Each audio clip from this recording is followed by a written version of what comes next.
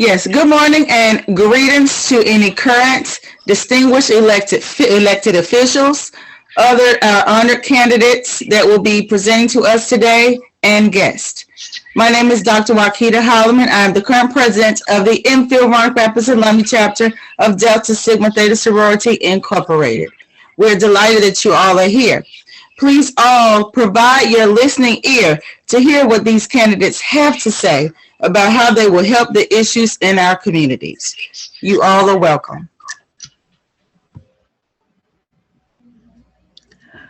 Thank you, Madam President, for that welcome.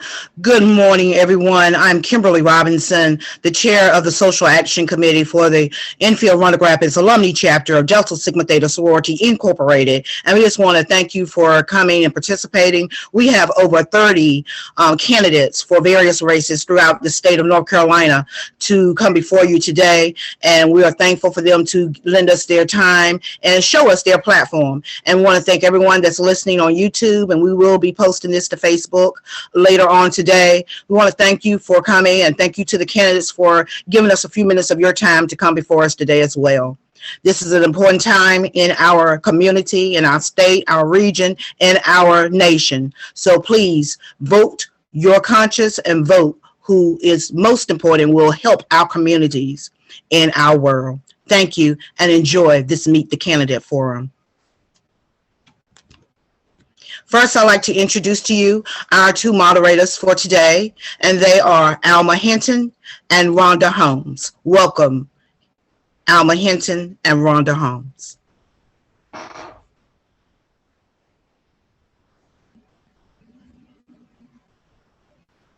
Good morning. I'm Alma Hinton, and I have the honor of presenting the candidates for U.S. Senate. Each candidate will be given 3 minutes to introduce yourselves, give us your platform, and answer the question that was sent to you. And that question is, so that I don't have to repeat it for each candidate, that question is, how do you plan on tackling issues such as unemployment, health care and education, and law and order? Our first candidate will be the first candidate to answer that question, again for the U.S. Senate, will be James L. Carr Jr. Mr. Carr? Yes, ma'am. How's everybody doing today? You may begin. Thank you. And just, I'm sorry, real quick, you said unemployment, health care, and what were the other two? Unemployment, health care, and education, and law and order. Okay. All right.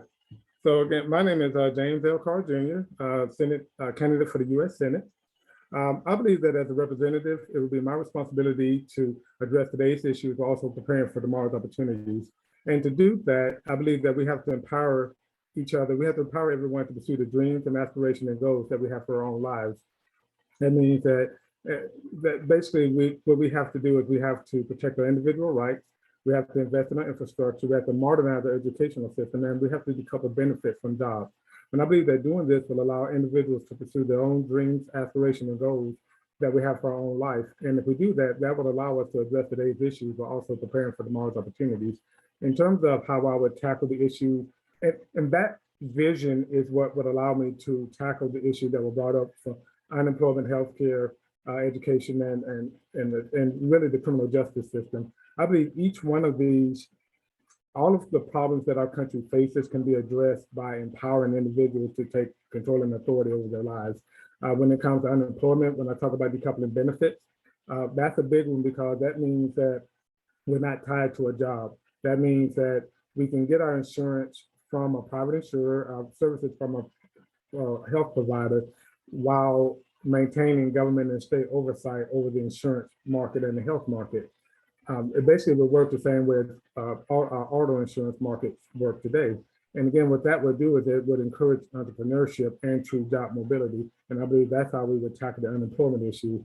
From a health, it would also tackle the healthcare issue because it would put everyone into the same risk pool. Part of the issue that we face today is that we have two separate risk pools, one for those who work in corporate America that have really good benefits and those who don't. And those who don't fall into the category of small business owners. They could fall into people who are healthy but not working, and people who are unhealthy and can't work. And so what happens is our insurance costs are skewed because of that. If we put everyone into the same risk pool, we will address that issue. We will bring down costs by improving service to the healthcare market. And so that would basically attack both unemployment and healthcare.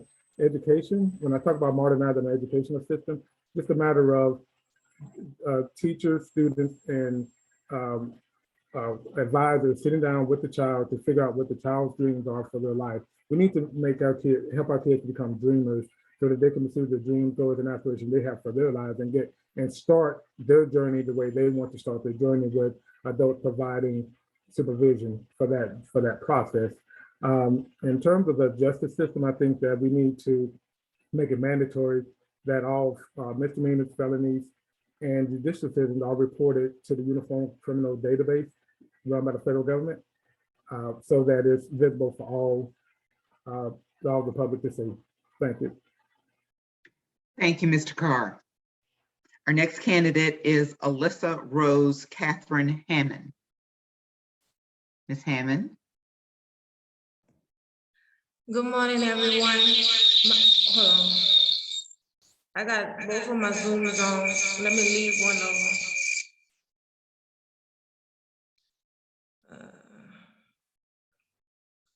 Okay, I'm back. So good morning, everyone. My name is Alyssa Rose Catherine Hammond. My mother is a Delta. She passed away, so I do want to let you know that. How I would tackle unemployment, as Mr. Carr said, definitely motivating people and encouraging people and creating programs that will help them better themselves and give them more resources. I want to do $15 to $20 minimum wage based on the amount of money that your business reports to the IRS to give people payment that they will want to work and keep them unemployed.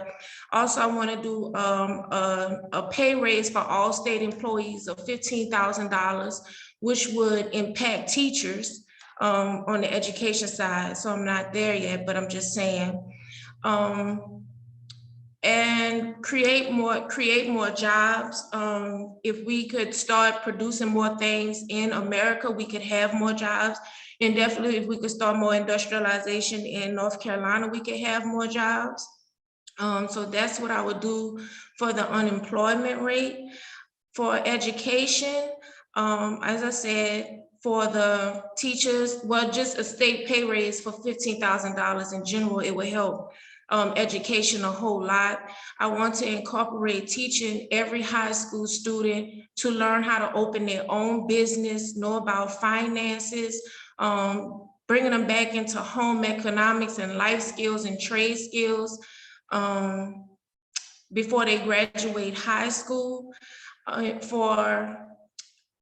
is it? The second one was for I want to do criminal justice reform and prison reform. And I want to pardon people who are innocent in the state of North Carolina. I want reparations for the direct descendants of slavery in North Carolina. I want to give out education to minority students who will go into law, social work, therapy, what's the other one? Anything that will help the mental health. And I also want to implement mental health in schools as well. And I forgot, I think it was healthcare, education, unemployment. And healthcare, I want to help them do the gap for Medicaid. If we implement the Medicaid plan, over 600,000 people will have Medicare, and also implement a plan where we can have free or affordable healthcare for all North Carolinians. I have not said everything politically correct, but I am capable of doing the work. My name is Alyssa Rose Catherine Hammond, and I'm running for United States Senate. Thank you, Ms. Hammond. Our next candidate is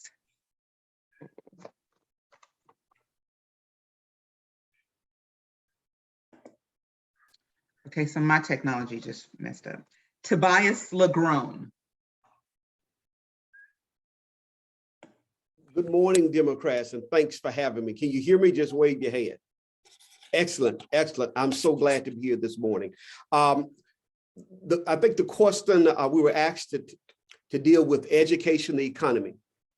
The largest wealth transfer of Americans' wealth takes place every payday when workers' wages are kept low in order to pad the pockets of shareholders. Having a livable wage is just the beginning. The next steps include public policy, developing affordable housing. Presently, Wall Street investors are buying up starter homes across America and paying thousands of dollars above asking price, therefore preventing mostly minorities from buying entry-level homes, which we know a home is the first step to building wealth in this country. I would propose a first-time homeowner program that would help working class and underrepresented population. The second thing we do in terms of helping our economy, we help our children understand something called the success sequence. If you finish high school, get a job, then get married, you only have a 5% chance of ending up in poverty. So having personal responsibility along with having public policy that advocate for you. Third thing, we must have some type of reciprocity for the war on drugs, which was really the war on minorities. We had billions of dollars removed from our community by minority men who were in their working prime age being diverted to the criminal justice system. So we need some type of study to see how much funding do we need to address maybe direct job training for that population. I serve as the board chair of the Welfare Reform Liaison Project. We are a community action agency for Gifford County. I've been on the board 7 years. We do job training, work training, soft skills training. We move people from welfare to work. As a pro-life conservative Democrat, I believe in personal responsibility, but I don't deny the fact that on January the 6th, we saw the poor sons of Confederate ghosts storm our nation's capital, demanding that white power trump the democratic process. As your United States Senator, I will be evidence-based best practices, but also as a man of faith, I will advocate for those who cannot advocate for themselves. We are living in a George Jetson world of AI technology, of Instagram, Facebook, of self-driving cars, but we cannot maintain a George Jetson society of progress having people in power who have a Fred Flintstone mentality. I am the candidate who can win. I'm prepared, I'm qualified, my credentials speak for themselves, and I am ready to go take the fight to Mitch McConnell and Lindsey Graham and be just as proactive and outgoing for Democratic values as Republicans are for their radical agenda. I'm Dr. Tobias Lagrone, ncnewday.com. Thank you, Dr. Lagrone. Our next candidate is B.K. McGinnis, and I pray I said that right, correctly. Mr. McGinnis. That's right. McGinnis Right. for Congress. Thank you. You may begin. I'm B.K. McGinnis, your Democratic candidate for U.S. Senate. 4 topics in 3 minutes is tough, but I'm going to try to do it. Before I even talk about those, though, the reason why I entered this race, the #1 priority and issue this whole campaign cycle should be voting rights legislation. Republican state legislatures are trying to steal our democracy. They put in gerrymandering, voter suppression laws, and they're trying to take electoral decisions out of nonpartisan hands. So voting rights legislation, I'm the candidate to win this race and get voting rights legislation passed. Now, the topics that we're talking about here, unemployment. The way that we deal with unemployment is by lifting up small businesses. For the last 40+ years, government and specifically Republicans have actually put legislation in place to keep the small business owner down and lift large corporations up. We need to stop that. We need to get rid of that. You need to raise corporate tax rates on corporations, get rid of the 401k, implement what's known as Social Security Plus to separate retirement from the large corporations. Go ahead and reinforce ACA for healthcare so people can move away from their corporation, move to small businesses. That way you can lift up small businesses. They can be more competitive. Why does that matter? The reason why is they can become more competitive and they can move into underserved areas where corporations will not go. So there aren't food deserts out there. People can actually open up smaller grocery stores. Small business owners can open up grocery stores in those underserved areas. We need to lift up small business owners. Next thing is education. What we need to do with education, we need to revise the K through 12 system. We talk about having student loan problems and people need to go to college. We pay for 12 years already. Let's make those count. That's going to include putting in trade school for the last couple of years of high school so we can make people who, once they get that 12 years, actually employable to the corporate world. Next is law and order. The way that you help law and order, you educate cops. Cops who have police have at least 2 years of college education are 70% less likely to have misconduct. So if we educate the cops, we offer to pay for their college, we actually raise the pay, we take that away from the militarization right now, don't buy any weapons, pay cops higher, pay for their education, you get better candidates in there, and police are going to be, you get better candidates in there, police will be more educated and less likely to do things. Also, kind of along that topic and go to healthcare, we always talk about reducing costs. We need to stop talking about reducing costs and talk about putting money in people's hands. So healthcare, the reason why it's an issue is because people can't afford it. Well, let's put in my American Profit Sharing Plan, which is a universal basic income plan. There's a program that they try to introduce in Durham. Put that in place, put money in people's hands. They can afford things rather than trying to put it on the cheap. Thank you so much, Mr. McGinnis. Our next candidate, Rhett Newton. Good morning, everybody. Thank you for letting me join you. My name is Rhett Newton. I'm a retired Air Force colonel. I'm the former mayor of beautiful Beaufort, North Carolina. I'm actually a student at Duke University studying marine science and conservation, using my GI Bill to get a PhD at Duke, and I'm a candidate for the United States Senate. I'll tell you that prior to January the 6th of 2021, I was living the dream as a mayor of a glorious coastal community as a college student. But after watching the insurrection and the actions that continue to this day, I just can't sit on the sidelines while our democracy is under attack. And just for context, I was a F-15 squadron commander in Goldsboro, North Carolina during 9/11. And on that horrific day, we were directed to launch with live weapons and rules of engagement that included the possibility of having to shoot down a civilian airliner, just having that sinking feeling of how in the world can this happen in our country.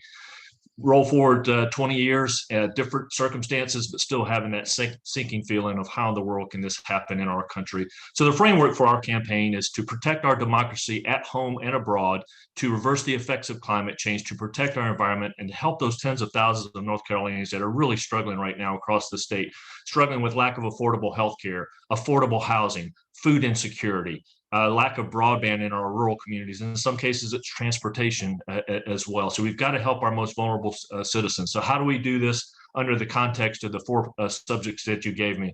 Well, the first thing, there are things that are at our fingertips that we can do right away, like expand Medicaid, which will positively affect over 500,000 North Carolinians. It will generate billions of dollars in economic development, and it will create thousands of jobs as well. And the American Rescue Plan has released a burden on the states now, so this should be very easy to implement.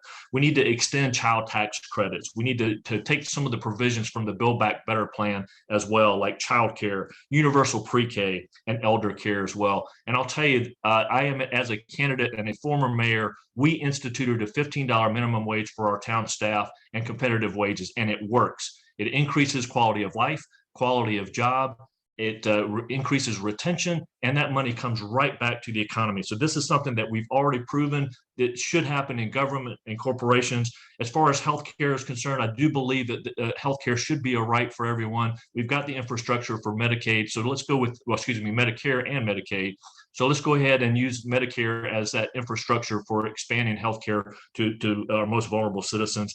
And certainly education, we need to start taking back some of the money that's been taken from public education and put into private education. I'm a product of public education. I'm an advocate for public education. And the last question was about law and order. I have seen how important that our law enforcement is to the success, the health, and prosperity of our community. But it has to be with equity, transparency, accountability, and integrity. When you have those four attributes to your law enforcement, it works. Thank you for letting me join you. Thank you.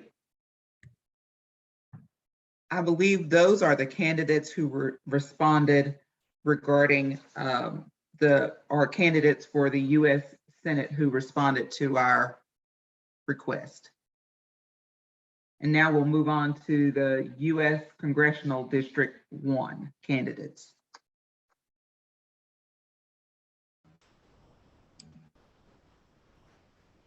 Star Holmes. Before we move there, we're going to have a couple of announcements. We're a little ahead of time, so those candidates have not arrived in our waiting room yet, and we may have to move forward because we do have candidates in the waiting room for other races. But we will make a few announcements, and we're going to be moving out now, moving everyone out. They should be moving back to attendees. Lagrone and Hammond. We want to thank everyone for coming. We just want to remind you that early voting has already started, and you can go and early vote in Northampton County and Halifax County right now. There are locations available for you to vote. In Northampton County, we have the Northampton County Cultural and Wellness Center in Jackson, Cool Spring Community Center in Gaston, and the Creasy Gymnasium in Rich Square as your early voting locations in Northampton County.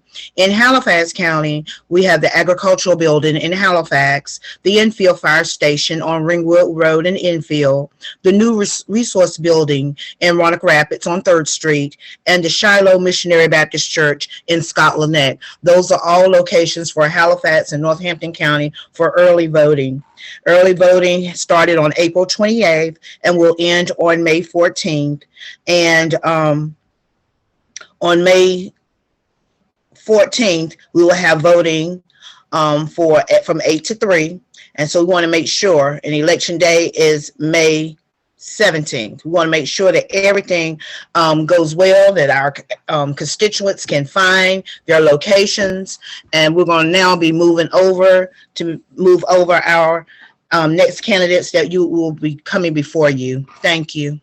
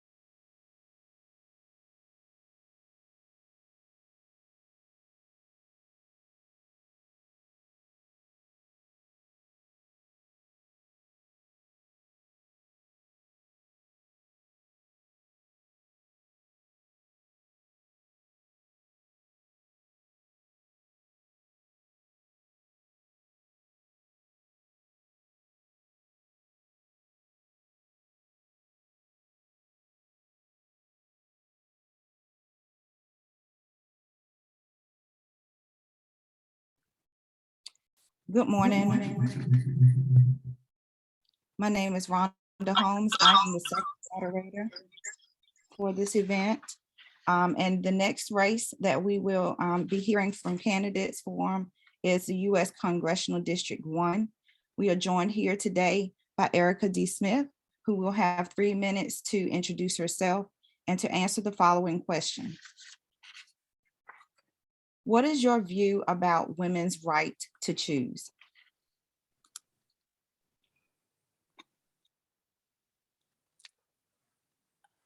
Okay, good morning, everyone. So happy to be here. I am the champion for women's reproductive freedom. I led the floor debate both as a state senator, and I fought time and time again on threats to defund Planned Parenthood. There is another candidate in this race who voted to defund Planned Parenthood. There's another candidate in this race who voted with Republicans to block women's reproductive freedom. Not only did he vote with Republicans to block women's reproductive freedom, but he also voted to overturn the governor's veto of that same bill. We have a critical issue facing this country, facing women in this country. As women, we already don't earn on the dollar what men earn. We don't have equal rights. We have the historic election of our first African-American woman to serve as a U.S. Supreme Court justice. However, we are still going to be 6-3, and there is an assault on women's reproductive freedom. We need to send a strong champion to Washington, D.C., who is going to fight for you and show up for you and be there for you on the issues that matter to you. I am the candidate in this race who led the initiative to expand Medicaid in North Carolina. I am the only candidate who fought and filed bills to advance women's reproductive freedom. I'm the only candidate who fought for investments in healthcare for women who were pregnant and incarcerated. Under my leadership, I advanced the most progressive bill to take care of women's gynecological care, whether those women were incarcerated, whether those women were in high poverty communities, whether those women did not have access to healthcare or healthcare. I am the champion in this race who fought against repressive voter rights bills. The other candidate in this race advanced and promoted restrictions on Black people being able to vote.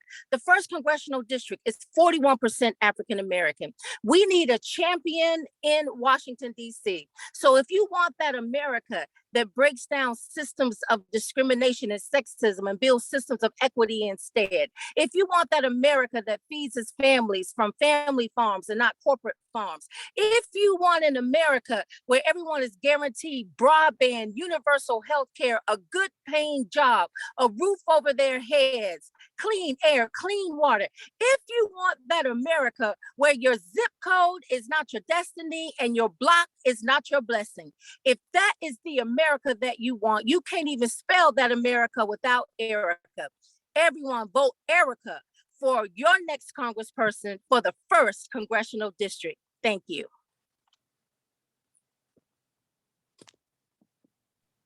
Thank you so much. We appreciate you joining us today. Are there others that will be speaking to the question for the U.S. Congressional District?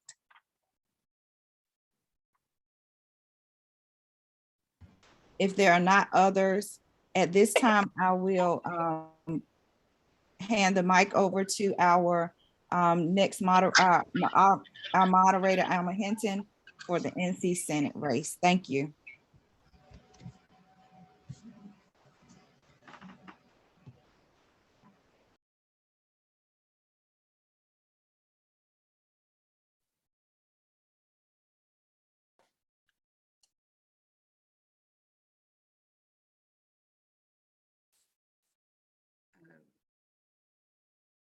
The NC Senate race,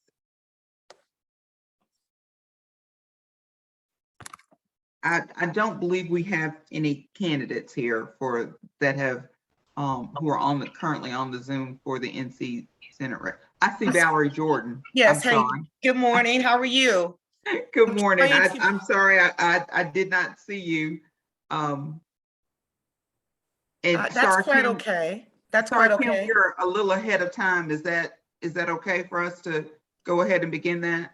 Yes, we're moving forward. The other candidates for District 1 are not in the Zoom, and they were asked to sign in 10 minutes before their time, and that was at 10:45. So they did not arrive, and so we are moving forward.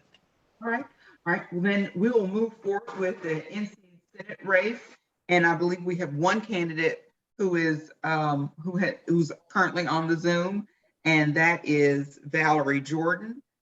The question to candidate Jordan is, what is your stance on expanding Medicaid under the Affordable Care Act? She will have 3 minutes to introduce herself and address that question. Yes, ma'am. Good Jordan, morning. you have the floor. Good morning, ladies. Good morning. It's a pleasure to speak with you on today. My name again is Valerie Jordan, and I'm from Warrenton, North Carolina. A little bit about me. I studied at North Carolina Central University, and I later went on to earn my MBA. And through that, my focus has always been uplifting rural communities through economic development, as well as how we're going to use our stance and experience and resources for that particular question. That question that is actually about the Affordable Health Care Act expansion is very important. I want to say this, as a teen mother, I relied on a Medicaid system when I was a teen. So that's personal to me. A little bit about what I believe. I believe that multiple states have expanded Medicaid to benefit their citizens. Why not North Carolina? We should follow their lead and take advantage of those federal dollars to help our people. What we want to do is, in my platform, is I want to increase economic development in these areas. Now, according to NC Policy Watch, basically North Carolina is one of 12 states that has not expanded Medicaid under the Affordable Health Care Act. And yes, I support expanding Medicaid. And that is going to be something that I will definitely go to the General Assembly and fight for the expansion of Medicaid. So another way that I'm going to actually, for that platform, I actually understand that Medicaid expansion and healthier communities is the value and the backbone of our economy, especially in rural North Carolina. You deserve a senator who will go to the General Assembly and fight for every asset, every opportunity for the district, because every one of us deserves the highest quality, affordability, or access to healthcare, because that also creates jobs. And at the same time, I want to protect my district and the people that I love so dearly, especially those with chronic illnesses, because it also helps support substance abuse and mental health abuse. So that's to make it possible. You need a senator that has a proven success record that's going to work with our communities and our leaders across those political lines to get that job done. And again, I'm Valerie Jordan. I am running for North Carolina Senate District 3, and I would like your support and your vote so that we can continue to fight for those issues that we have in our community. Thank you for your time. Thank you so much, Ms. Jordan. I believe we'll move on next to the Superior Court Judge race, and I'll give the mic over again to Sarah Holmes.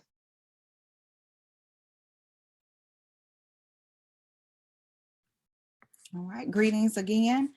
For the seat of NC Superior Court Judge District 6A, we have with us Jeffrey Davis, Jeffrey Davis and Brenda Green Branch. The question for this race was, what are the strategies? What are your strategies to manage the challenges of being away from the district for 6 months at a time as you serve in this seat? How are you going to address being away and meet the needs of your district as well?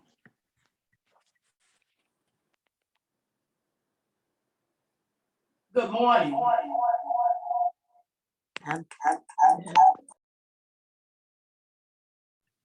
Good morning. We hear some feedback, so we're just going to pause before pressing the timer to give you ample time to fix that.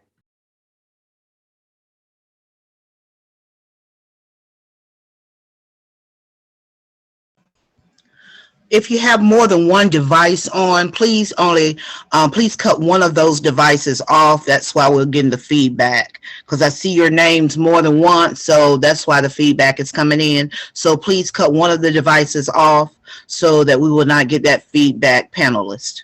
Thank you. I think we're ready now for Judge Branch and Judge Graves. Mr. Davis, Attorney Davis is not here yet. So if he comes in, we will allow him to come in because we are running early.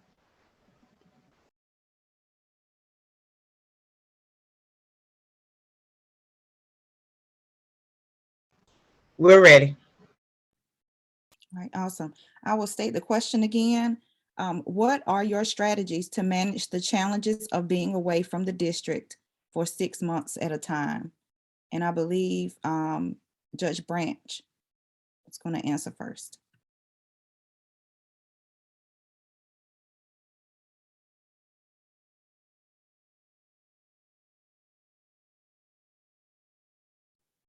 Judge Branch, could you unmute?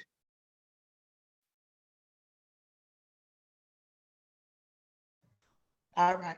Good morning. I'm Brenda Green Branch. I am a former prosecutor. I've presented all types of criminal cases to the court.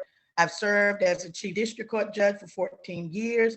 After being elected district court judge by voters in Halifax County in 2008, 12, 16, and 20. I was also appointed to serve Halifax County as chief district court judge by Chief Justice Sarah Parker, 2008, appointed by Chief Justice Mark Martin, 2015, to serve Halifax, Northampton, Hereford, and Bertie counties.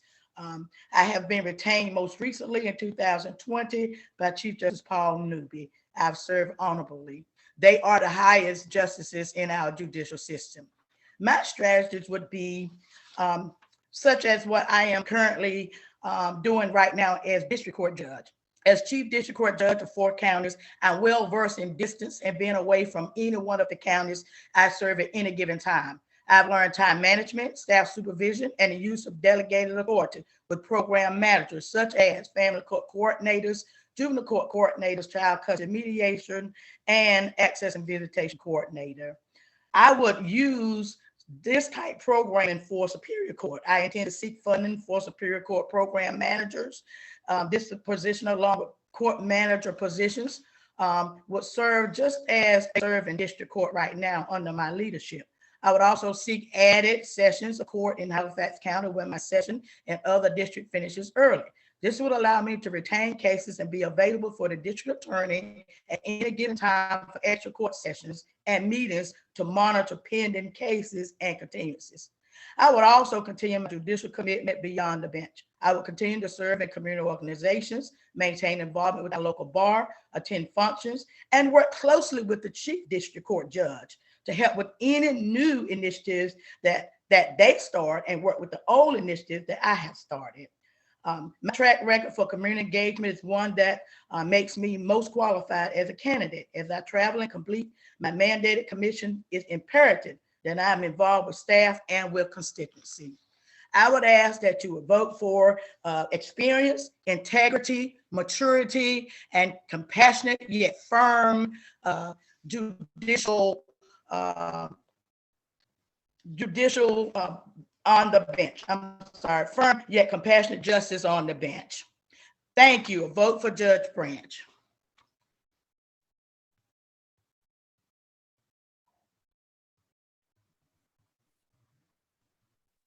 We thank you, Judge Branch, for your response.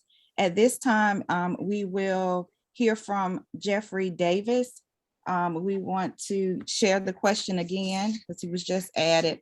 What are your strategies to manage the challenges of being away from the district for 6 months at a time? Be sure to include your introduction with your answer.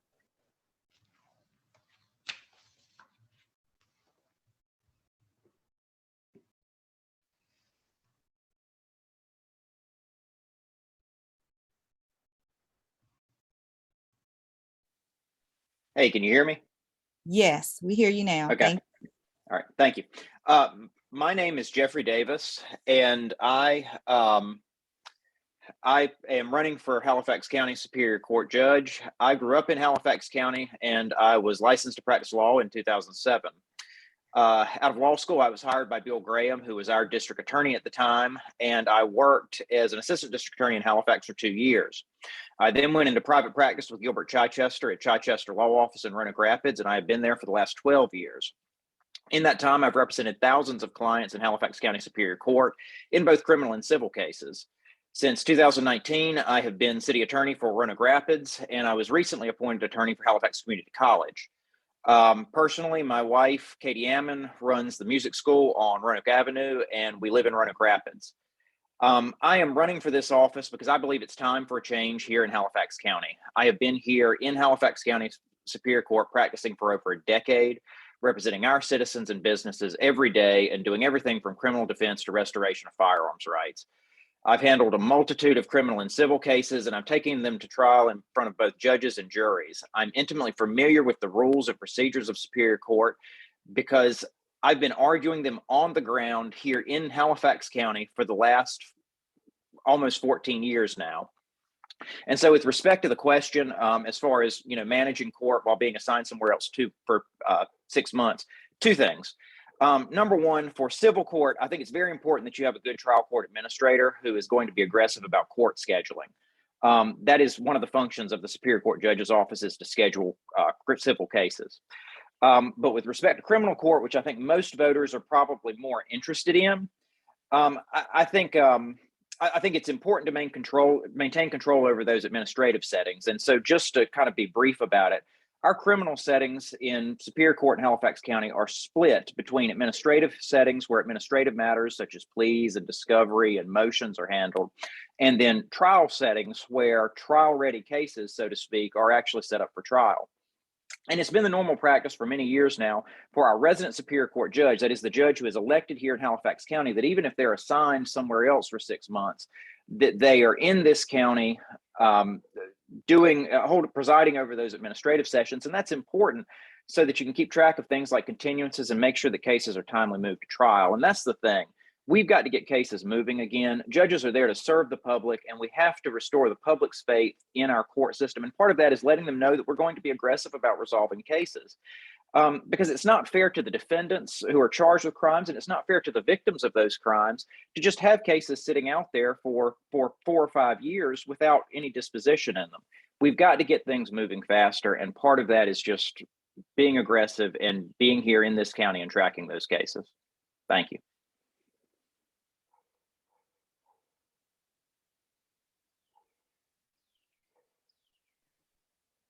And thank you for your response. At this time, we will have our next candidate for NC Superior Court Judge District 6, Mr. Norland Graves. And the question again, what are your strategies to maintain the challenges of being away from the district for 6 months at a time?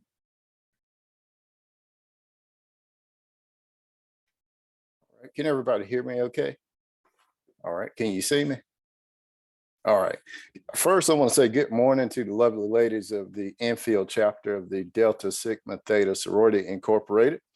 And I'm Norland Graves. I'm your current Superior Court Judge here in Halifax County. I was appointed to that position at the recommendation of your soror and our moderator, Judge Alma Hinton. And I was appointed to that position by the governor of North Carolina, Governor Roy Cooper. I originally came here to Halifax County right out of law school. This is my first job as an assistant DA, and I worked for as an assistant DA for 8 years. And during that time, I prosecuted everything ranging from speeding tickets to murder. After running for district attorney and not prevailing, thank God, I was offered a position with the Attorney General's Office of North Carolina, where I worked for Attorney General Josh Stein for 3 years. And I did everything involving civil litigation, criminal litigation, appellate law, workers' comp, things of that nature. And I traveled throughout the entire state throughout that 3 years. And then I was offered this position by the governor, and I accepted it. And I've taken the bench, or I was sworn in and I took the bench in October, and I've been on the bench since. One of the key differences between district and superior court is just what this question gets to, and that is you have to be away from the county and away from the district for a very large period of time sometimes. And I've held court in Durham, I've held court in Pitt County, Wilson County, Edgecombe County, Tyrrell County, Beaufort County. And it's nothing foreign to me because, as I stated, when I worked for the Attorney General's office, I had a caseload that took me from the mountains to the coast. And so one of the key things that I would focus on is organization. I maintain a very tight schedule. My trial court administrator, Miss Denise Cherry, is one of the best in the business, and she keeps me straight. And one of the key things with regards to this travel schedule is being organized and knowing when to delegate things. And that's nothing foreign to me because I'm doing it right now. And I do keep control over my criminal administrative sessions because that's necessary to hold the district attorney's office as well as defense attorneys accountable. As to backlog and things of that nature, cases can't be tried until the district attorney calls the case for a trial. And one way or another, we're going to have a new district attorney going forward. And whoever that may be, I plan to work with them closely and continue to do justice here in Halifax County. I'll keep God first in everything I do. And I pray that each and every one of you will tell you and your family to vote for Norland Graves. Thank you. Thank you for your response.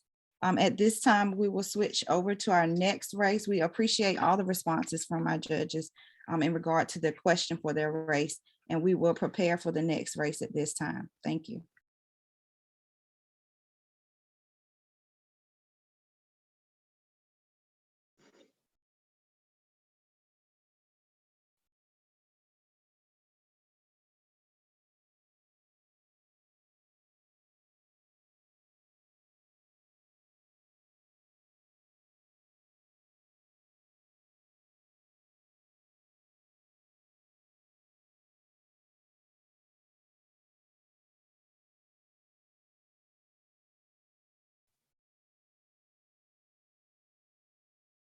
Sorry, Kim, I need some direction. I understand that the next race will be that of the district attorney, and it was scheduled to begin at 11:35. Should I proceed, or what should I do at this point?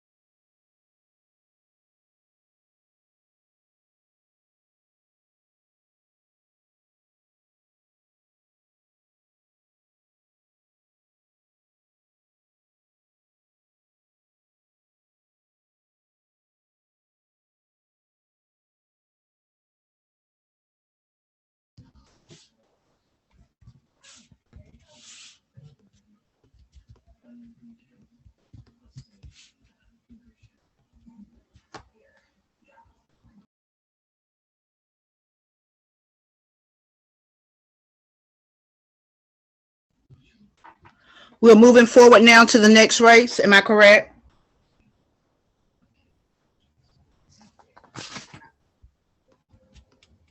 Yes, and the next race is that of district attorney for the 7th district. Because we are ahead of time, I'm not seeing those attendees yet. Oh, okay. Well, we'll be at these until 11:35. One moment. I do see the attendees for Halifax County Commissioner. we're going to be moving forward.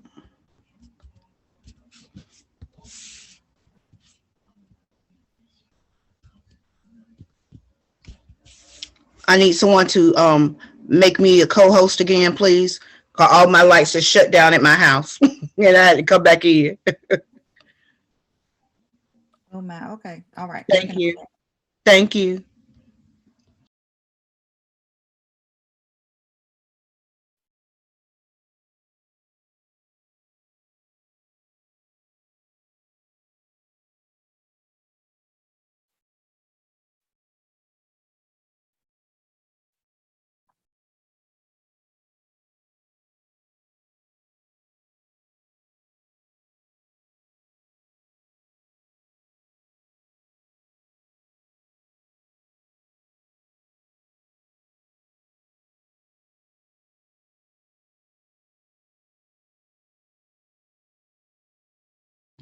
Our candidate for district court for district attorney is now one of those. One of them are on now, so I'm going to be adding him as a panelist. We're still waiting for the other candidate, Ms. Scott.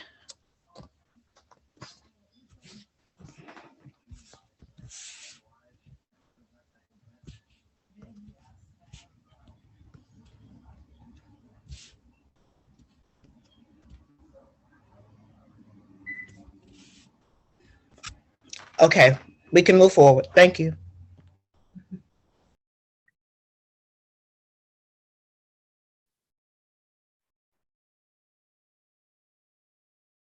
All right, the next seat, as we've said, is that we will hear from the candidates for is the district attorney for the 7th Judicial District, 7th Prosecutorial District, excuse me. And our first candidate will be Jamal Summy. And the question to Attorney Summy is, what strategies will you employ to entice qualified assistant district attorneys to our district? Mr. Summy will have 3 minutes to introduce himself and address that question. Mr. Summy, you have the floor.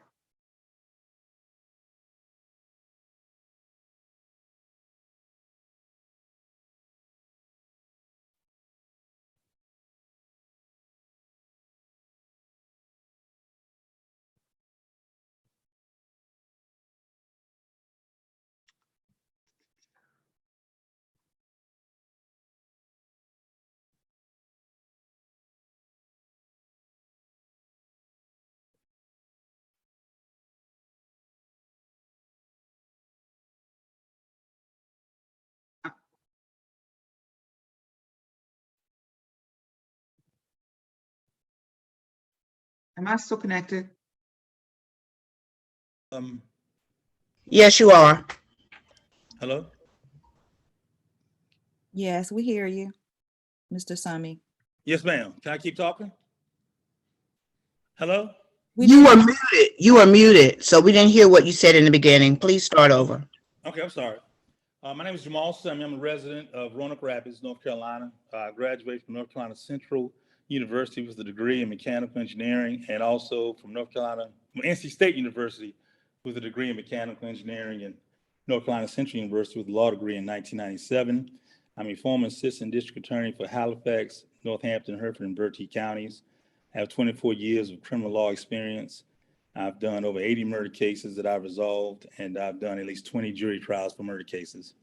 In answering the question, I would first of all say that what I'm going to do is seek out people that want to work hard, ones that want to learn in the trenches, people that are excited about learning all the details of a case, dealing with criminal cases from start to finish. One of the with the amount of backlog cases we have in the district, it will provide a unique opportunity for people to learn, and they will not get, it would allow them to have a unique opportunity to learn things that they wouldn't otherwise learn in this particular environment.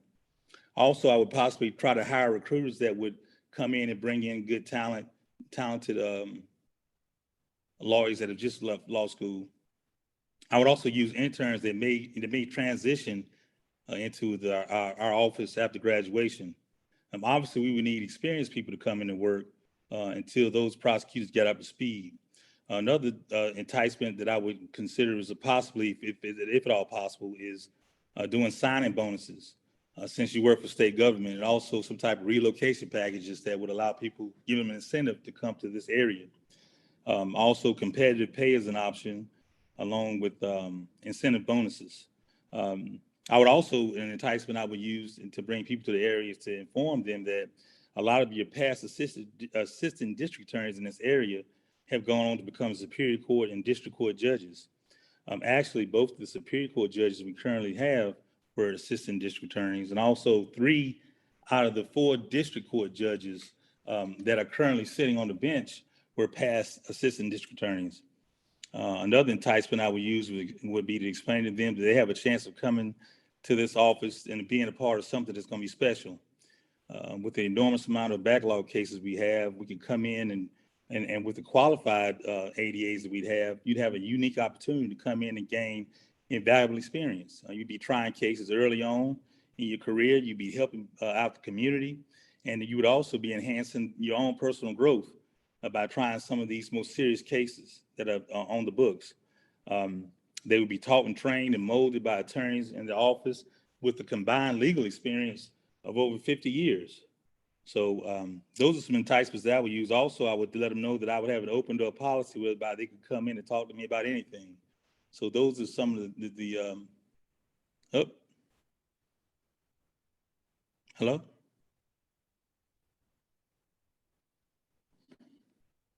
Hello? Yes, Mr. Sami, that was your turn. Okay. All right. Thank you.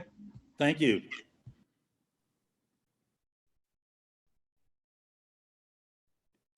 Let me just stop right here and say something. I don't know what's going on in Roanoke Rapids and Weldon today, but my other co-host, she's lost internet service twice.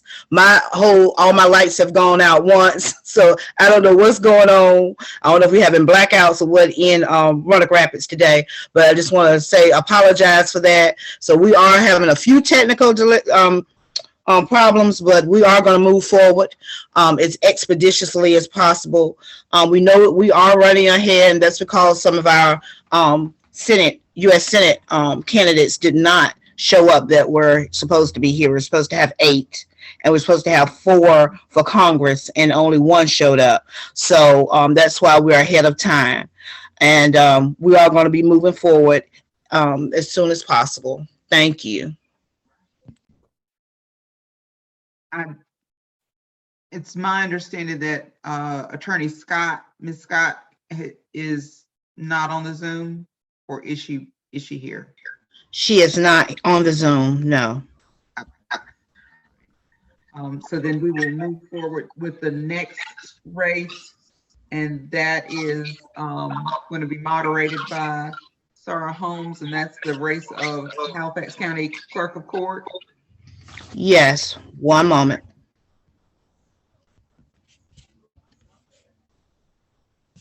Okay.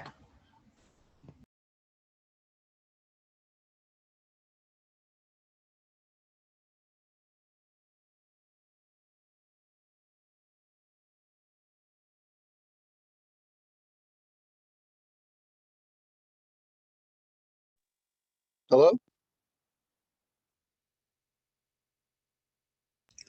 One moment, Mayor Mills, one moment. Ms. Holmes, we're ready. All right, awesome. Good morning again. I'm Rhonda Holmes, the second moderator for this event. Our next race is for the Halifax County Clerk of Court. And we will be hearing from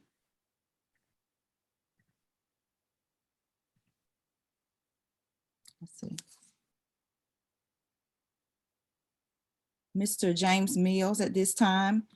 Mr. Mills, your question is, it has been brought to the attention of the citizens that the process for selecting and nominating magistrates to the Superior Court judge rests in the hands of the Clerk of Court. What will you do to expedite the nomination process? Well, first of all, I'd like to say to the Deltas out there, thank you very much for affording us this opportunity to express ourselves to the public. And I hope that this continues. Well, the first thing I like to say is that the first thing I think that a clerk should do is be aware of and apprise themselves of the process, the legal process. So the first thing I would do is apprise myself of the legal process. Now I've already looked to see that it is the clerk of Superior Court's responsibility to nominate persons. I would first advertise to let it be known that there are these positions that are vacant.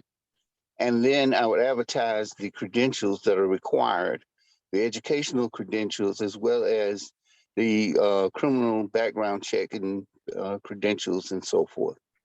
After doing that and collecting the individuals that would be making themselves available for that, and people who would apply, then I would seek the guidance and help of the chief magistrates that you have in place to help me to screen those individuals.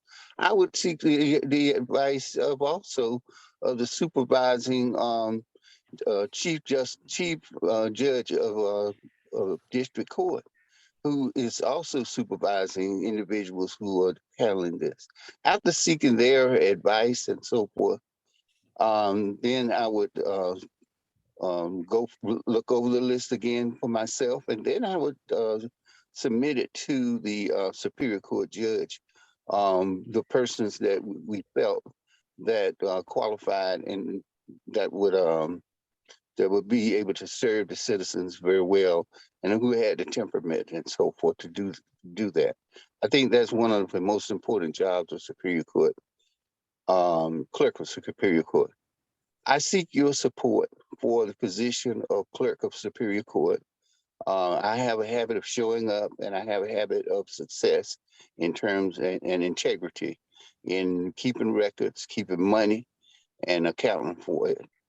I showed up at many of these forums across the county, and I will show up also in Halifax to do this job. So vote for me, James Mills, in the early vote as well as on May the 17th. I thank you, and I thank you so much for your support. We got a big job ahead of us. Thank you.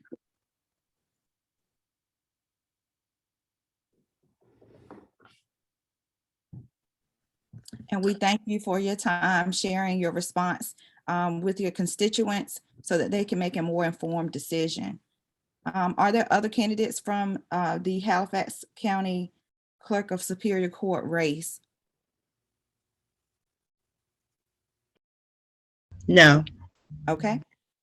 At this time, we'll move forward to our next race, which will be. We'll be going back to the U.S. Senate race. Okay. Okay. He's already a panelist. You can introduce and restate the question. All right.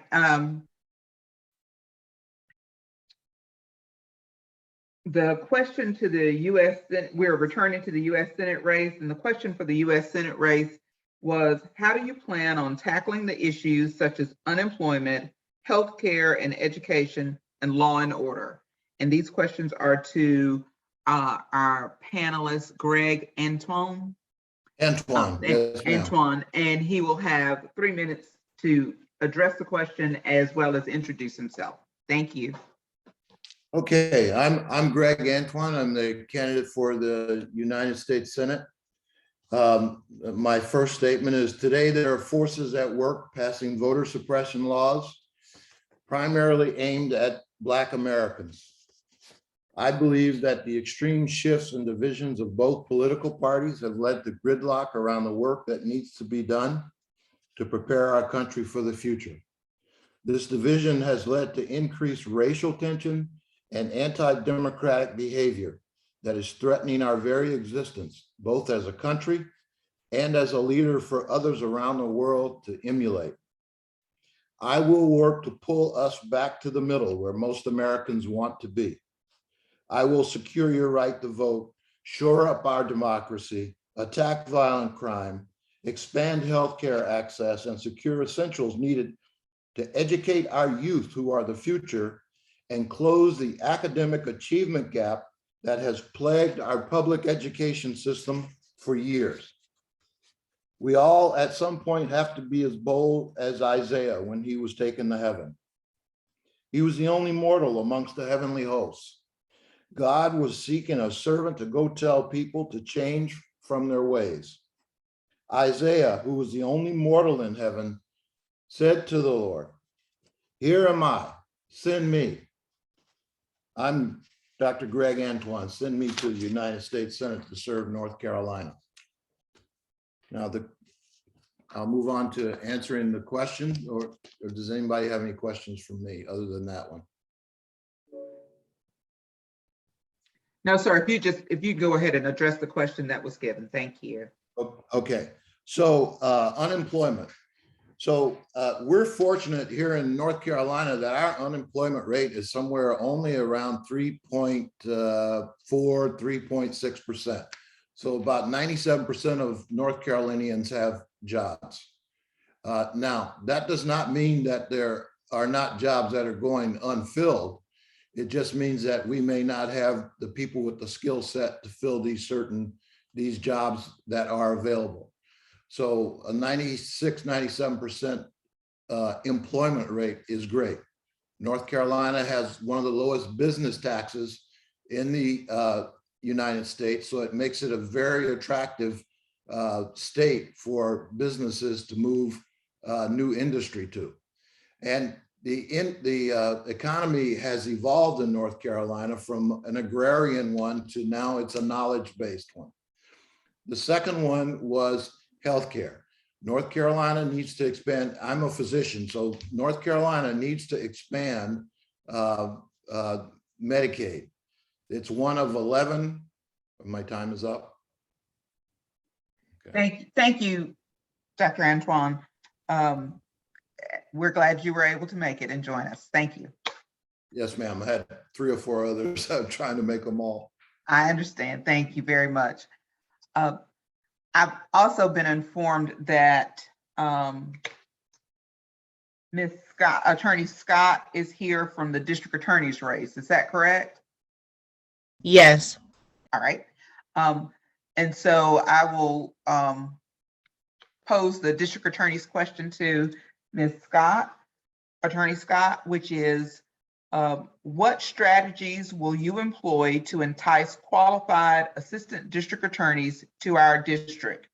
Ms. Scott is a candidate for the district attorney's 7th prosecutorial district, and the floor is hers. Thank you. Good morning. That's an excellent question.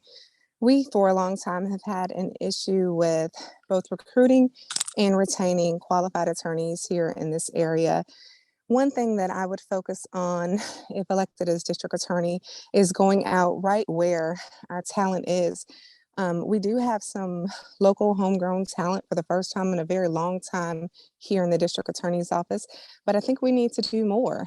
I think we need to go to the law schools. I think we need to go right where they are and show them what we have to offer. And Halifax County and the surrounding counties in this district certainly have a lot to offer. My plan of action is to bring attorneys in. And I think that one thing that people always assume is that when we finish law school, we know how to practice law. And that's just not the reality for a lot of people. And so I think there needs to be an approach where the attorneys are trained and are paired with qualified and seasoned attorneys so they have the confidence to go into court and really handle these cases on behalf of the victims and the citizens in this county and represent the county in the best light. And so I think that going to them and ensuring them that they're coming and they're going to get the experience that they need so they can go forth and be successful prosecutors and really bring something to the table. There are benefits to working in a smaller office. You certainly get the opportunity to have more exposure and work with more people and try more cases. And so that would be my strategy for reaching out to them where they are, teaming them up with more experienced prosecutors, getting them more experience in the courtroom, making sure our staff is fully trained. But that's my vision when elected as district attorney. I believe that the district attorney's office should be one that is experienced and ethical. I believe that the citizens of this district should be able to believe what their elected officials say. And I believe in honest and transparent prosecution. And so instilling that in the younger prosecutors and the more seasoned prosecutors that are working in our district and working together to represent the citizens of Halifax County, moving this county forward and prioritizing violent crimes, working across the table, still offering first-time nonviolent offenders an opportunity to come through our court system and really come out of the system without a record when possible, and working more efficiently with court personnel so that our courts run more efficiently and in a more timely manner, both for victims, defendants, and taxpayers, I think is the best way to do that. And training our younger ADAs right out of law school, wanting them to come here and give them the opportunity to hit the ground running, I believe is the best approach to doing that, not just for the new candidates of our office, but for the citizens of Halifax County and the district as a whole. Thank you, Ms. Scott. Thank you.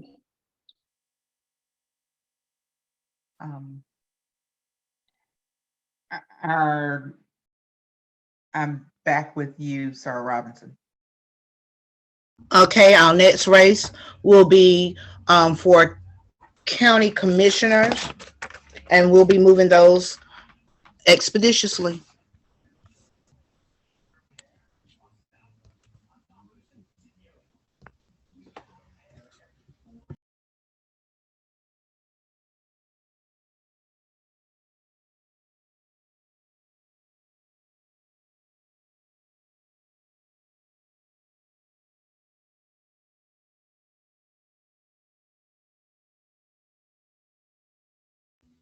We only have 2 candidates at this time for county commissioner that are on. And so we will have those 2. And if others show up, I did see Miss Davis earlier, but she's not on at this time. So we have Vernon Bryant and Chuck Hasty.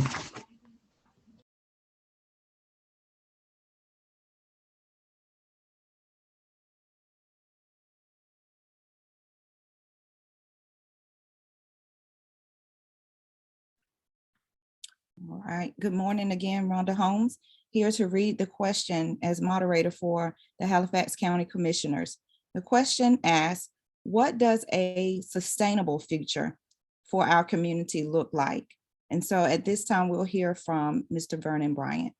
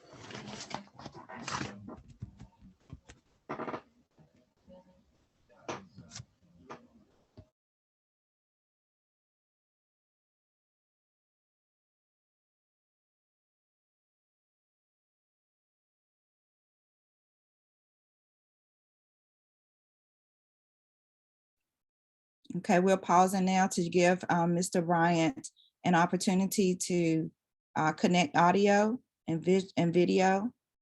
And once he has done that, I will restate the question.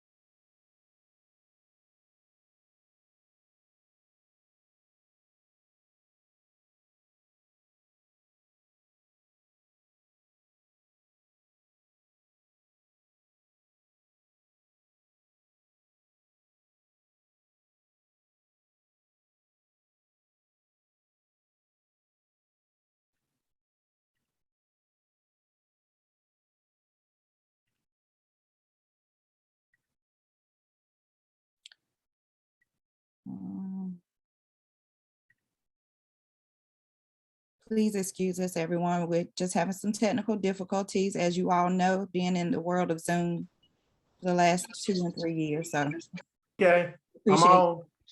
We hear you. Thank you. Okay, thank you all Welcome. so much. I don't think that I had been joined by the panelists, but that's okay. That's okay. Thank you all, Delta Sigma Theta, for having this event today. I'm Vernon Bryant. Of course, I'm the current chairman of the Halifax County Board of Commissioners, and I filed for election back on December 6, 2021.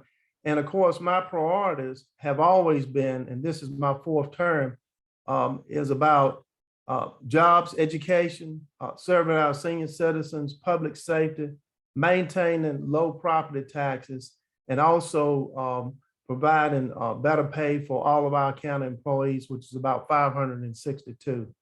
The biggest challenges facing Halifax County are economic development and education, as the way I see it. The Board of Commissioners, along with our Economic Development Board of Directors and our Executive Director, are working closely to bring about economic development opportunities to our county. The Halifax County Board of Commissioners, we currently fund all 3 of our school districts. But also we fund the community college too. You know, I bring a wide variety of experience, education, government, business. I'm a licensed real estate agent. My service in the community has spanned for 40 years, which has prepared me as a county commissioner. The board in recent years has made many accomplishments, which has included better pay for our county employees, but that's still a challenge. We also, Clausel number 2 sawmill, which is located in the southern part of the county, was sold to Bender Holtz, and which was a major accomplishment for the Board of Commissioners, and has not become full operational yet, but it's almost at that point, should take place any day now. Roseburg Forestry Products, which will locate in the area of Weldon, North Carolina, plans to bring about $200 million investment and plan to employ about 137 full-time jobs over a 2-year period, which is tremendous. We have a great relationship working with the schools as well as the municipalities. I can go on and on. Of course, I was co-founder of Exits for Youth Incorporated, which was a male mentor organization which targeted young African-American males. And we served for about 21 years in that. Also, I served on the Roanoke Rapids School Board for 13 years and served as chairman of that board for 5 years. Member of First Baptist Church in Weldon. As you can see, I have many accomplishments. I'm married to my wife, Sandra Bryant, for 41 years. We together have 2 grown children, Kendall Bryant, Phyllis Bryant, and Kevin Wallen Bryant. We grandparents of Eric and Lydia Faith. My philosophy is, if you don't stand for something, you will fall for anything. Thank you.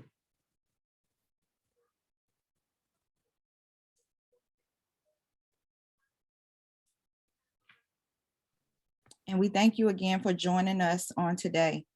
Our next responder to your question will be Mr. Chuck Hasty. The question again is, what does a sustainable future for our community look like? Good morning, and thank y'all for having this this forum to meet all the candidates that choose to take part in it. My name is Chuck Hasty. Worked as a public servant in law enforcement for over 30 years. I retired in January, and I'm looking to bring some new faces, maybe some new ideas to our Board of County Commissioners. I have an associate degree from Halifax Community College in Criminal Justice Technology, a bachelor's in Criminal Justice Administration from Columbia Southern University. I'm married to my wife for 15 years, Tanya. She is a nurse and program manager at OIC. I have 3 children, Trey, 27, Macy, 21, and Carson, 18. She'll be graduating from Roanoke Rapids High School this year. Some of my goals and priorities, if elected, will ensure a community network of basic human services and infrastructure that maintains, protects, and promotes the well-being of all county residents. implementing, planning economic development policies which create a balanced and dynamic local economy and which promote diversity, sustainable growth, and enhanced revenue while embracing our community values. Promote an interactive, engaging system of governance that reflects our community values. Invest in quality county facilities, a diverse workforce, and technology to achieve those a high-performing county government. Create and preserve and protect natural environment that includes clean water, clean air, wildlife, important natural lands, sustainable energy for present and future generations. Ensure high quality of life and lifelong learning that champions diversity and education and recreation at all levels. And going back to the question, sustainable future. I think if we could work on some of our infrastructure, maybe getting internet access throughout the whole county to have access to internet to all the families that live in Halifax County, possibly looking at sewer infrastructure, economic development, not only focusing on the industries that we can bring here with the incentives and stuff, working with our state and local leaders, but also work on what we have here, some ecotourism with the Halawa-Saponi tribe in their powwow, Meet Up Mountain State Park, Surveying Heights. The town of Enfield is the oldest town in Halifax County, historic Halifax. We were the first to declare our freedom from England, the Halifax Resolves. Let's focus on some of that. The Roanoke River, Lake Gaston, Roanoke Rapids Lake, use those hunting and fishing industries to help bring a different type of industry or promote that industry better, and it provides jobs and brings money into the county from other people. Also working with education on the public school systems and also strengthening the Halifax Community College programs. Thank you.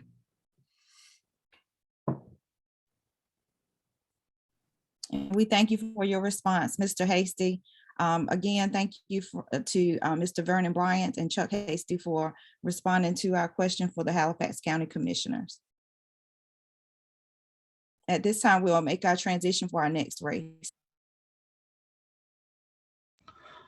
Northampton County Commissioners.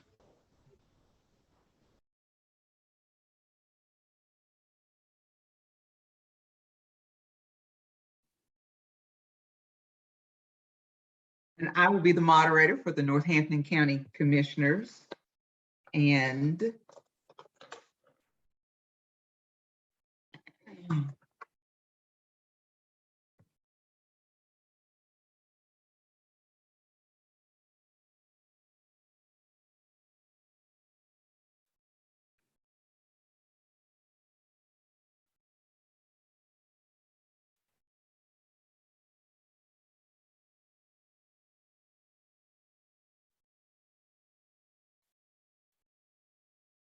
our first candidate for the Northampton County Board of Commissioners is Ed Martin. Mr. Martin, are you here? We only have one candidate on at this time, and that's Ms. Broadnax Taylor. All right. So Ms. Melvetta Broadnax Taylor is our Northampton County Commissioner in the Northampton County Commissioners race, and here with us today. And the question for Ms. Broadnax Taylor is, what does a sustainable future for our community look like? She'll have 3 minutes to address that question as well as introduce herself to us. Ms. Broadnax Taylor, we're with you. Good morning, beautiful ladies of Delta Sigma Theta. I'd like to thank you all for inviting me to the forum this morning. I'm Melvetta Broadnax Taylor. I am from Seaboard, North Carolina. I am a lifelong citizen of Northampton County, a graduate of North Carolina Central University. I got my master's in counseling. I've been a school counselor for over 35 plus years, and I've done that in the public, the university level, and also in the private sector. I am the mother of one son, Thurman Ernie Taylor IV, and I am proud to be a candidate for Northampton County Commissioner District 4. When you talk about sustainability, to me, that means right now, making sure that we have resources, that we do not use all the resources that we have now, so our future generations suffer. So when I think about sustainability, I can go either way. I can go in the social area, economic, I could go also in education. But looking at sustainability right now for us in Northampton County, I'd like to go in the area of transparency.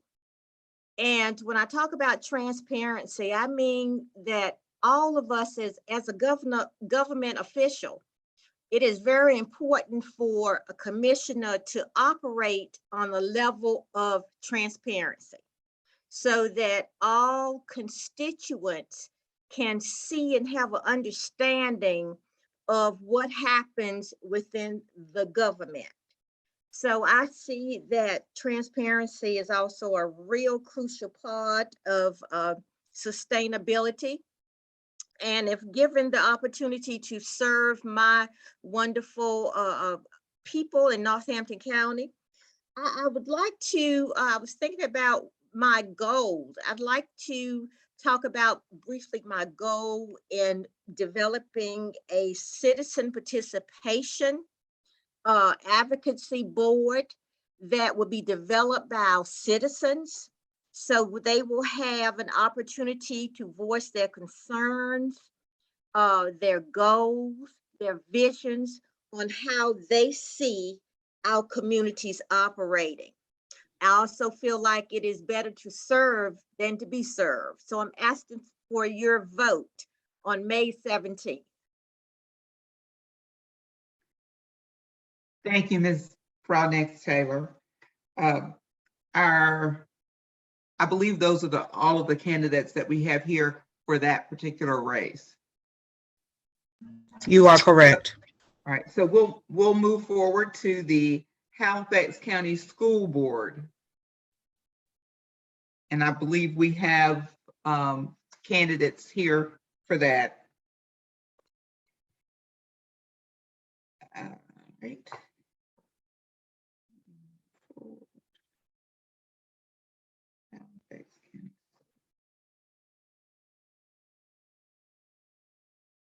All right, and our first candidate for the Halifax County School Board of Education is Claude Clutch Cooper.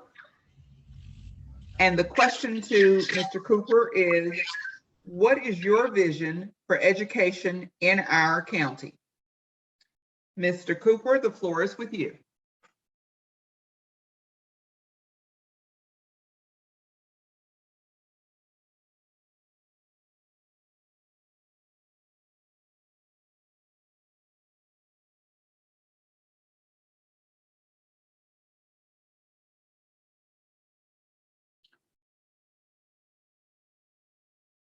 Mr. Cooper, please unmute.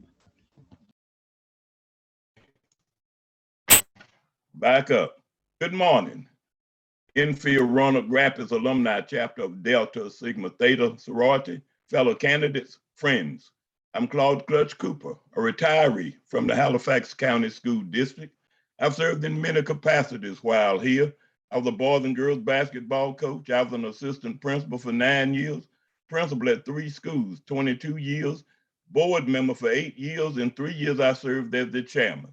I'm running again, you all, because I love Halifax County Schools. Always have, always will. My vision for Halifax County Schools is quite simple. My vision is to continue for us to serve as a lighthouse district, one in which other districts will come to visit, copy, and share. My vision is to follow the procedures that we've put in place so far as facility upgrades and buildings are concerned. My vision is to continue to emphasize recruiting and retaining highly qualified teachers and to maintain public relations and transparency. I visualize higher student test scores, higher graduation rates, higher levels of partnerships, fewer teachers leaving, and more public awareness of what we do. I visualize our PR team reaching the lofty goal of 100% buy-in. That is through Facebook, Instagram, Twitter, YouTube, Messenger, district web page, email, TV, radio, and any other social media that's available. Our PR team right now is so adept that they are nearly professional. I visualized a few negative responders here to be in a more positive way, that we can sway the public, that they will not sway the public from positive, but lead them and concentrate on students instead. I envision apartments, living quarters for teachers, and affordable housing that will attract teachers even from other school districts. I see the new air-conditioned gyms at Northwest and Southeast become a reality. I see the new food service trailers being completed. I see a new Halifax County bus garage shared by all of the school districts. I see everyone feeling the same love for Halifax County schools that I do. Y'all, I have a dream. And as long as God allows me to breathe, I will stand up for Halifax County schools. So when you go and vote, share that your vote is not for Claude Cooper, it's for the children of Halifax County. 40 years of loyal service to Halifax County schools. 4 times Halifax County Schools Principal of the Year. 17 years as a basketball coach and 14 years as a coach of the year. Yes, my platform is simple. Continue to improve student achievement, continue to maintain unqualified audit reports, and continue to solicit community support. I'll say again, I love Halifax County Schools. Thank you, Deltas. By the way, my granddaughter walked into Delta Land last Saturday at Elizabeth City State. I love you. I love all. Thank you.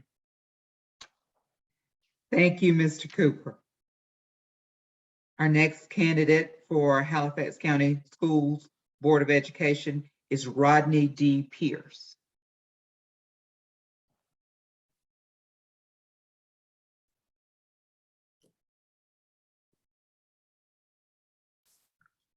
Good morning. My name is Rodney D. Pierce, and I'm a candidate for the Halifax County Schools Board of Education. Greetings from the City of Brotherly Love here in Philadelphia, Pennsylvania, where I'm attending a national conference. I'm a part of a keynote panel discussion on dismantling systemic racism in our schools. Thank you to the ladies of the Enfield-Roanoke Rapids Alumni Chapter of Delta Sigma Theta Sorority Incorporated for hosting this candidate forum.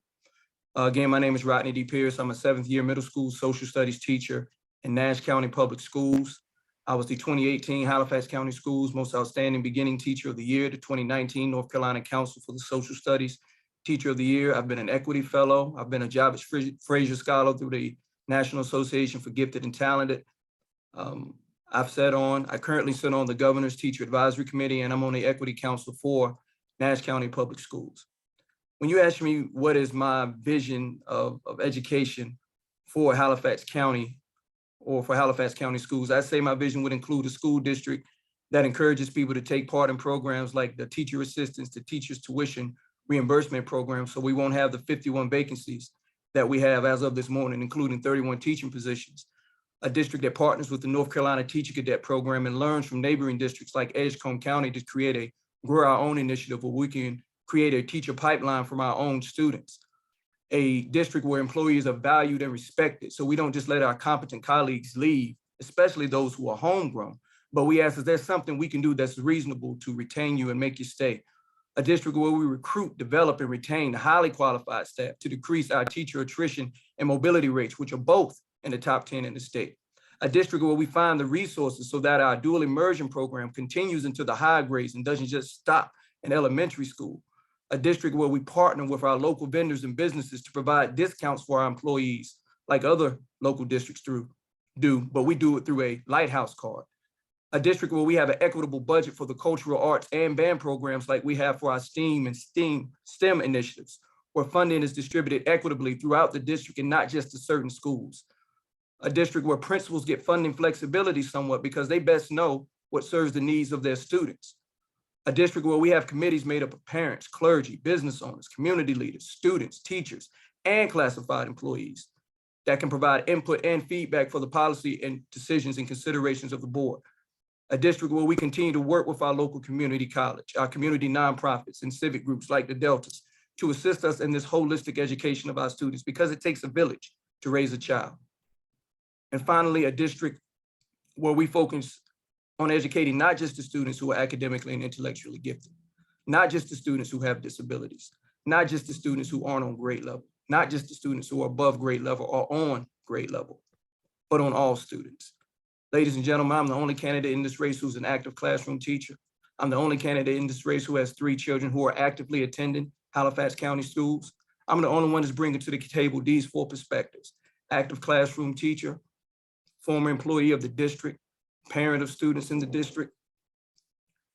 And I believe that you should make the choice for your children on May 17th or during this early voting period. Vote right. Thank you very much, Mr. Pierce. Board of Education. Thank you. Thank you.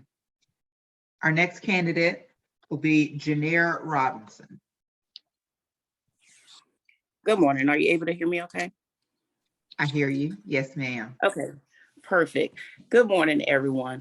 The ultimate goal of being a school board member is to set a sound educational goals and policies that are aligned with federal law, state law, and the community values. My vision is to inspire lifelong love for learning in all of our children by providing opportunities for life skills to be taught to the students. I know we must teach what the state tells us to do, but we will have opportunities to partnership with the community to make sure our babies are getting those lifelong skills. My vision is that for every child to be empowered to accept academic challenges and to become lifelong learners. My another vision is to have children not be deprived of opportunities to be prepared for the career path that they have chosen. We always tell our babies that the sky is the limit, but we have to make sure that we're providing everything to our babies that we possibly can so that they truly have that option upon graduating from Halifax County schools. My vision is to recruit and retain great teachers with opportunities for leadership skills. Everyone will come to a place where they feel good about working in state, when they feel valued and have a sense of belonging. No one wants to report to work to a hostile environment or to be disrespected. So I will make sure that we have all of that in place. My vision is to make sure that the budget is monitored with fidelity to ensure that federal dollars, state dollars, and also the tax dollars of our citizens is being allocated appropriately to meet the needs of our babies. My vision is also to be transparent and honest with the community at all times. Please allow me to reintroduce myself. My name is Janelle Robinson, and I am a candidate for Halifax County School Boards. I've been in education for 18 years. I am also an advocate for the children in North Carolina. I'm the proud mother of 2 young men, and because of my youngest son having autism, I'm the only candidate that can say they have a child enrolled in Halifax County School Special Education. I am going to always be in favor of doing what is right for the children and implement the school board policy. I am in favor of East Mid School being reopened to minimize the commute time that our babies have on the bus. Please come out and vote for Janelle Robinson for Halifax County School Board, because together we can build bridges, future, and a better school district for Halifax County school students. Have a great day, everyone. Thank you, Ms. Robinson. Our next candidate for the Halifax County School Board of Education is Barbara Wilkins. Good morning. My name is Barbara Wilkins. I was born in Halifax County, educated in Halifax County schools. I'm a graduate of North Carolina A&T State University, and I have over 30 years of experience in education. As a board member, I will be dedicated and committed to ensuring that all students receive a high quality education, not an education that prepares them for testing, but an education that prepares them for life. Children have to be prepared and have a solid foundation if they are going to move forward and be productive in this global society. Decrease the number of students that are at level 1 and 2. North Carolina report card stated that over 63% of our students in the last 4 years have been at level 1 and level 2. We have to decrease that amount. Enrollment is declining and at an alarming rate. I want to focus on attracting, recruiting, and retaining high qualified staff, provide them with professional development that is going to support them and keep them and help them to do their job successfully. Encourage communication among all stakeholders, parents, teachers, staff, administrators, students, and community. Productive communication is the difference between a team that works well together and a team that falls apart. Man is not an island. Increase transparency, maintain open and honest lines of communication with all stakeholders. Accountability. We are charged with responsibilities, and if they are not met satisfactorily as an individual or a group, they will have to be held accountable. Ensure adequate financial resources for all schools and continue supplemental funding for all teachers and certified staff. My vision is a premier educational institution where every student is achieving at his or her maximum potential in an engaging, inspiring, and challenging learning environment that is preparing them to graduate ready for college, ready for a career, and ready for life. Thank you all for your time. Thank you for listening. And I encourage and invite all of you to go out during early voting and May 17th to vote for Barbara Wilkins. We cannot continue to do the same thing over and over again, expecting a different result. Thank you so much for your time. Thank you, Ms. Wilkins. Our next candidate is Warren Keith Bell. Good day to all the members of Delta Sigma Theta, fellow Panhellenic Council members. My name is Warren Keith Bell, and I presently am the head administrator / superintendent / principal of the Hollow-Wascona Tribal School. I've served as a teacher and as a principal, 14 years as a teacher in Halifax, Northampton County, and Welland City Schools, as a principal in Brunswick County, Warren County, and now the Hollow-Wascona Tribal School in Northampton County and over in Northampton County, Virginia. I have 19 years as an administrator and principal. My vision of the school system, as we talked about, I heard a lot of the candidates talk about the statistics and things that need to be done or that want to be done as far as statistics and numbers. We all are aware of those type of things that are going on. But in a vision, my vision of the school system is to have a sound pre-K program that'll be available for everyone regardless of their income or their academic ability. And that these will be available to children, including children with disabilities, so to get them a better chance to become more independent. And hopefully by the time they reach middle school, they can actually have been exited from exceptional children. It's not for them to stay in there, but to help them move so that they can be removed from there. A school system where instruction is built around project-based learning in the 4 core areas of math, science, reading, and social studies. And that this will help students also develop interpersonal skills, which are required in career fields in the 21st century. A school system where students will be given the opportunity to advance at their own pace, because some of them are far ahead of other students in academics. And this usually doesn't start in most school systems until students in middle school. We need to start this as early as kindergarten and elementary school. A school system where expository courses and exposure to career technical fields will be exposed to children in elementary school instead of high school. As we know, only one of every, say, 5 careers in the employment field requires a 4-year degree. And so we start exposing these children to these programs that when they come out of high school, they can have a certificate or a 2-year degree from the community college or a technical program. When you do this, you draw industry in for jobs because they will feel they don't have to train students in certain technical skills, therefore translating over to students becoming young adults who are in jobs at a higher pay wage.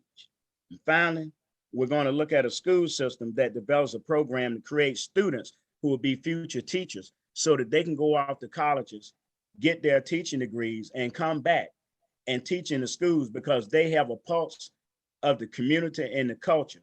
and they come with looking at solving things instead of just looking at the problems.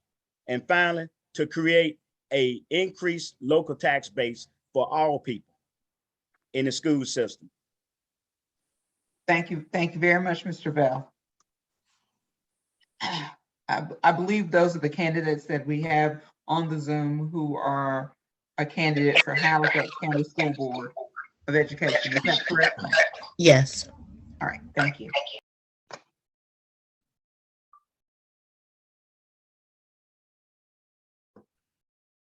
Our next race, we will hear from the Northampton County Board of Education candidates.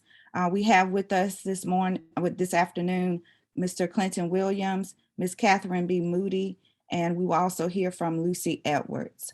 The question is the same as for the Halifax County School Board candidates. What is your vision for education in our county, in your county, Northampton County? And we would love to hear from Mr. Clinton Williams first.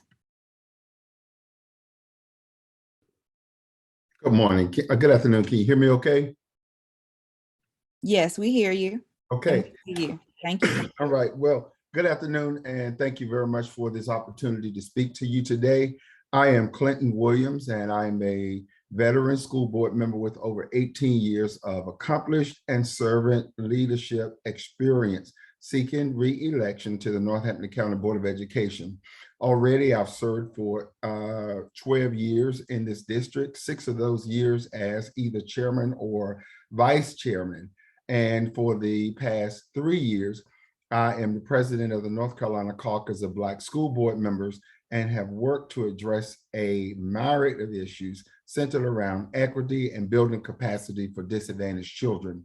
I'm a 1985 graduate of Northampton County Schools, and it has been an honor to be back at the table working with folks who believe in education and creating education and career pathways for our students.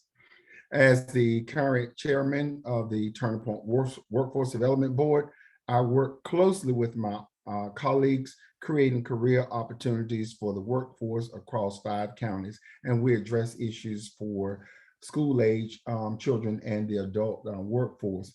My vision is to see us at some point erect a new and centrally located middle and high school so that we can reduce the travel time for our students. We've already started working on procuring funding, so that will be a school built at no cost to the folks who live in the district. I want to see us. I want to see that we're ensuring that our children receive the equity that they deserve to make sure that all of our students receive a sound basic education. We need to increase our number of college and career readiness students. Right now, we need to get our numbers up by about 490 students as it relates to our 3rd through 8th graders. That is where we will determine when our students are college and career ready. We need to decrease our chronic absenteeism rate. Right now, we're at about 31%. We need to get that down to about 11% in order to compete with other districts. And we need to increase our graduation rate from the 72% as reported in the most recent data, and get that up to about 95%. And what that looks like is really pulling about 26 more of our 9th grade cohort up so that they're graduating with their classmates. And then we need to work on making sure that our students are ready to for college so that they can graduate and increase our 38% of students graduating within 5 years to 100%. Thank you.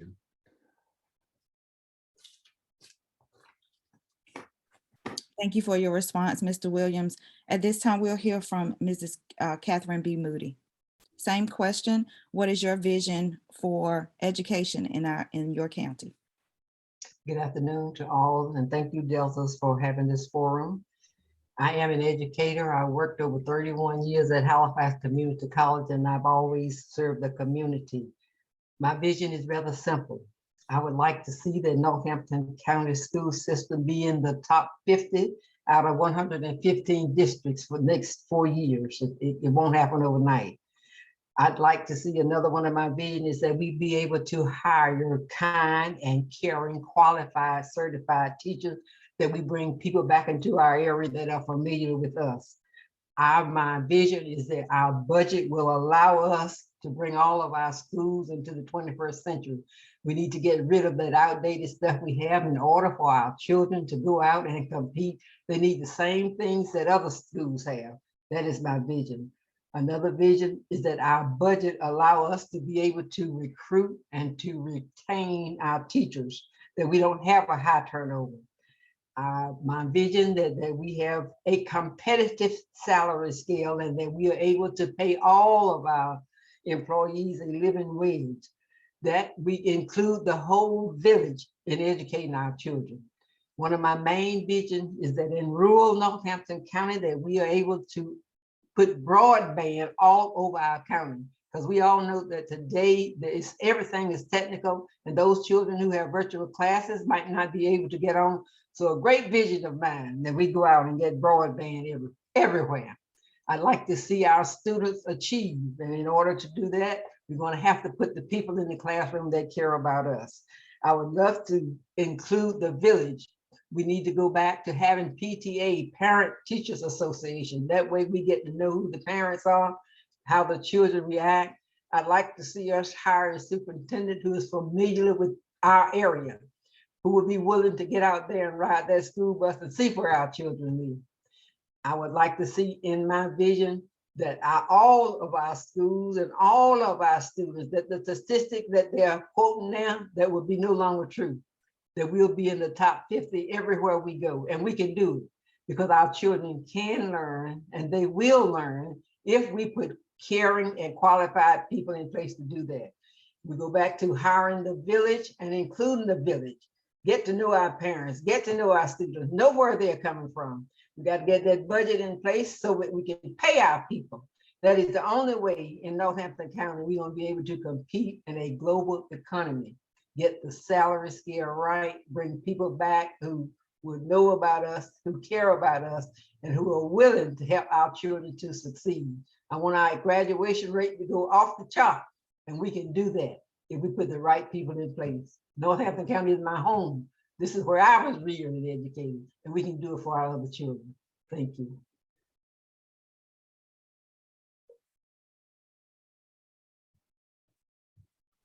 Thank you, Ms. Moody. We appreciate your response. At this time, we'll hear from Ms. Lucy Edwards.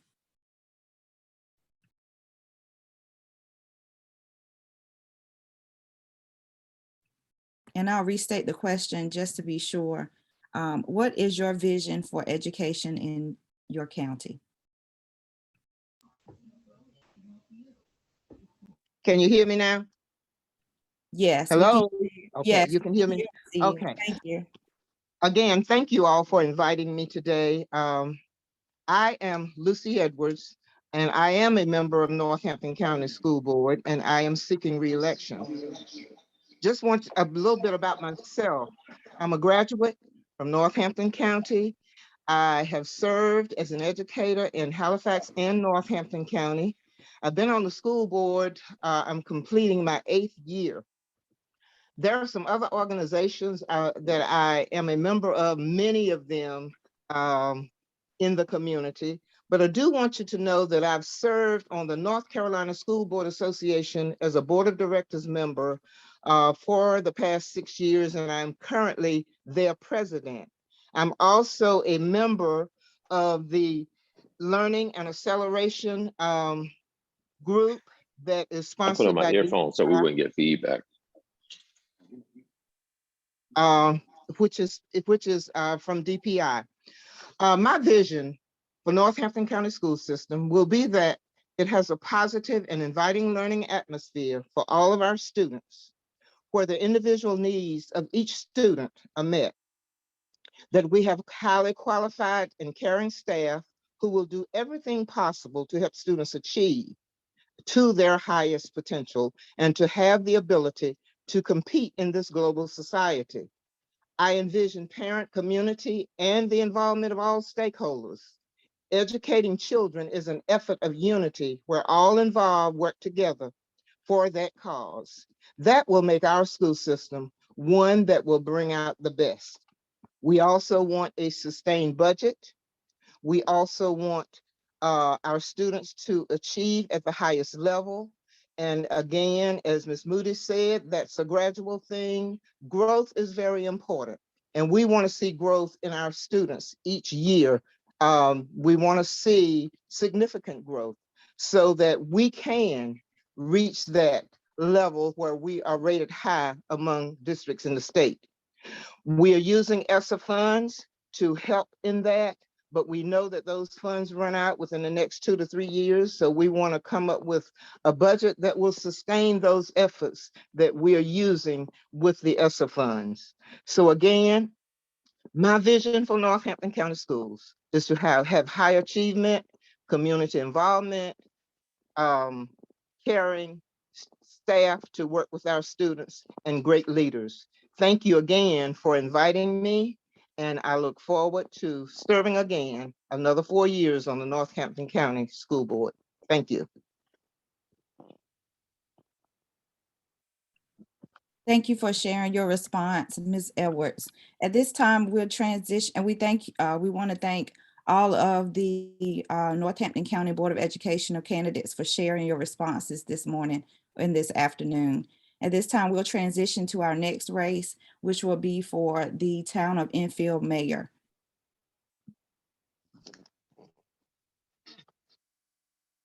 We have here with us Mr. Mondale Robinson. And I'll pause for a moment so our transition is complete before sharing the question.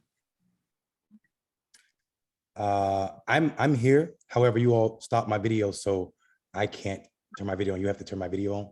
Okay. There you go. Perfect. Thank you. Those in control, please assist with that. All right. Thank you so much. All right, and I'll read the question for you. The question is, what do you plan to do to assist citizens of Enfield with high utility costs? This question is thrown around a lot or talked about a lot in Enfield, both physically and also in the Enfield Facebook space. I think though what happens is there's a level of misunderstanding as it pertains to Enfield's utility problem. Our utility rate is not much different than most of the people across this country, and especially across the state. The problem though is we have landlords who are not taking care of property in Enfield, and it's costing people. Our houses are costing us to have extremely high electric bills, meaning there's been no updates to these houses, so they don't have any energy efficient windows in housing. We spend a lot of time in Enfield talking about what the town need to do as it pertains to the electric bill. When in actuality, we need to be holding these landlords accountable for these houses that are not sustainable, nor are they up to code as it pertains to windows, doors, and all of the energy we're losing that way. If we set new codes as it pertains to what homeowners can do and before they can rent houses and while people are staying in these houses, then we can address a lot of this utility problem. I think if people understand that we have 6 more years in our current utility track, and it costs us about $2 million to end that contract early, we can shift the thinking as it pertains to the utility bill and send it to something more effective, like creating a code of conduct as it pertains to people who own property in Enfield. And when that code of conduct is applied, it's applied equitably. And also we make sure that those costs to upgrade those houses aren't passed on to the people who are renting these houses by creating some rent controls in the place. So that wouldn't be what the mayor can do, because the mayor in Enfield is the advocate. But this is what I can advocate on behalf of the citizens to the town commissioners to make sure that we have these codes in place. And once that happens, then we can stop talking about these unsustainable utility bills and start focusing on things that are true, like slumlords that own most of the houses. Most of Enfield residents, especially the Black ones, are renters. So they're not at fault for these houses that they're renting. Our housing market is disastrous to our utility bills and the cost of utilities in Enfield. And that's how we really address what's going on. I am Mondale Robinson, running for town of Enfield. And I think if it must be known, and it should be known, that we need to shift the blame away from the way the conversation is couched now. We're blaming our town for something that the town commissioners are not at fault for.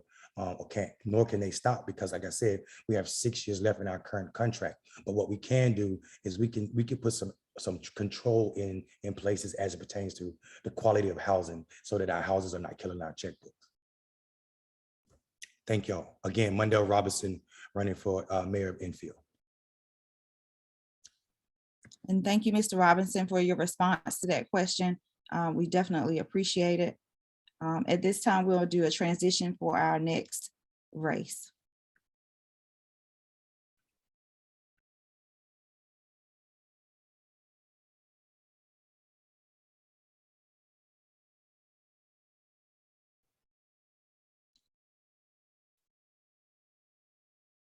I'm sorry, was I unmuted by mistake?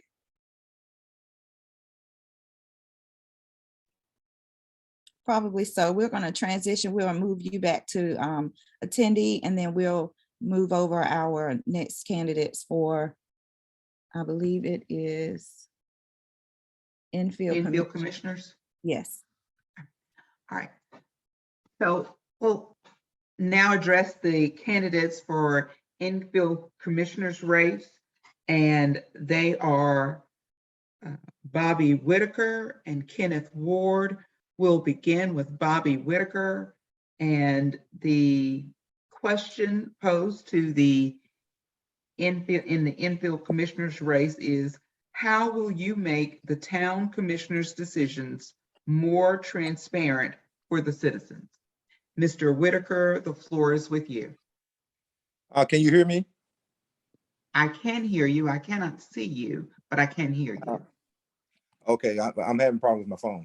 But Okay. I think the first thing that we need to do, well, first of all, my name is Bobby Whitaker. I'm running for re-election for a town commissioner.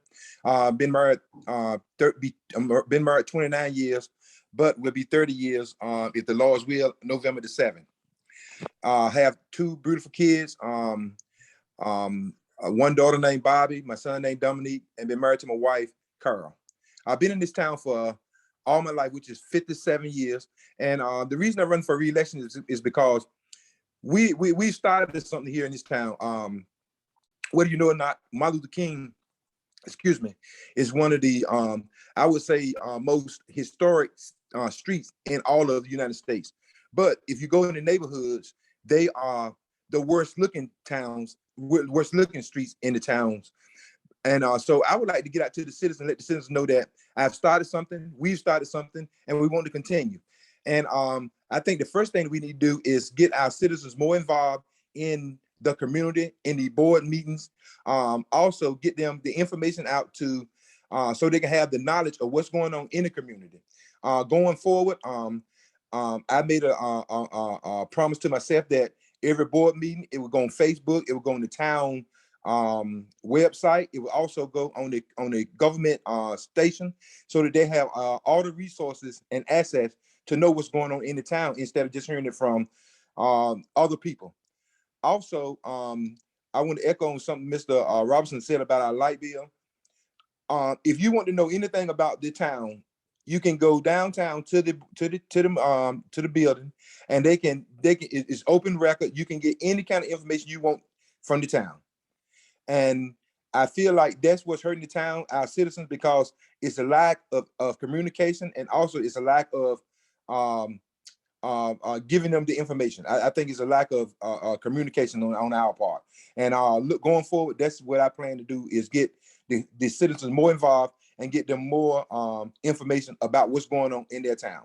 Thank you.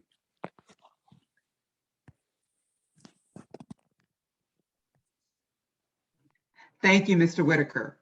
And our next candidate for Enfield Commissioner is Kenneth Ward. Mr. Ward, the floor is with you. First of all, I want to thank the women of Delta Sigma Theta for organizing this forum. And I want the citizens to also be very cognizant of who's missing. I'm one of Enfield's native sons. There are 3 of us that are running for election. And I think we have a unique opportunity to change the course in Enfield's history and trajectory. So I'm honored to be here, and I don't take this lightly. And understand that to be a great leader, you must serve. And my life has been a life of service. I grew up in integrated schools. My mother actually sent me to an all-white school here to integrate that school, to start school. So I've seen the inequities that exist in Enfield and Halifax County, rural North Carolina, my entire life. That did not negate me from graduating as valedictorian, receiving a full scholarship to go to the University of North Carolina at Chapel Hill. And in that space, I saw that my Black educators here in Enfield had prepared me for the world.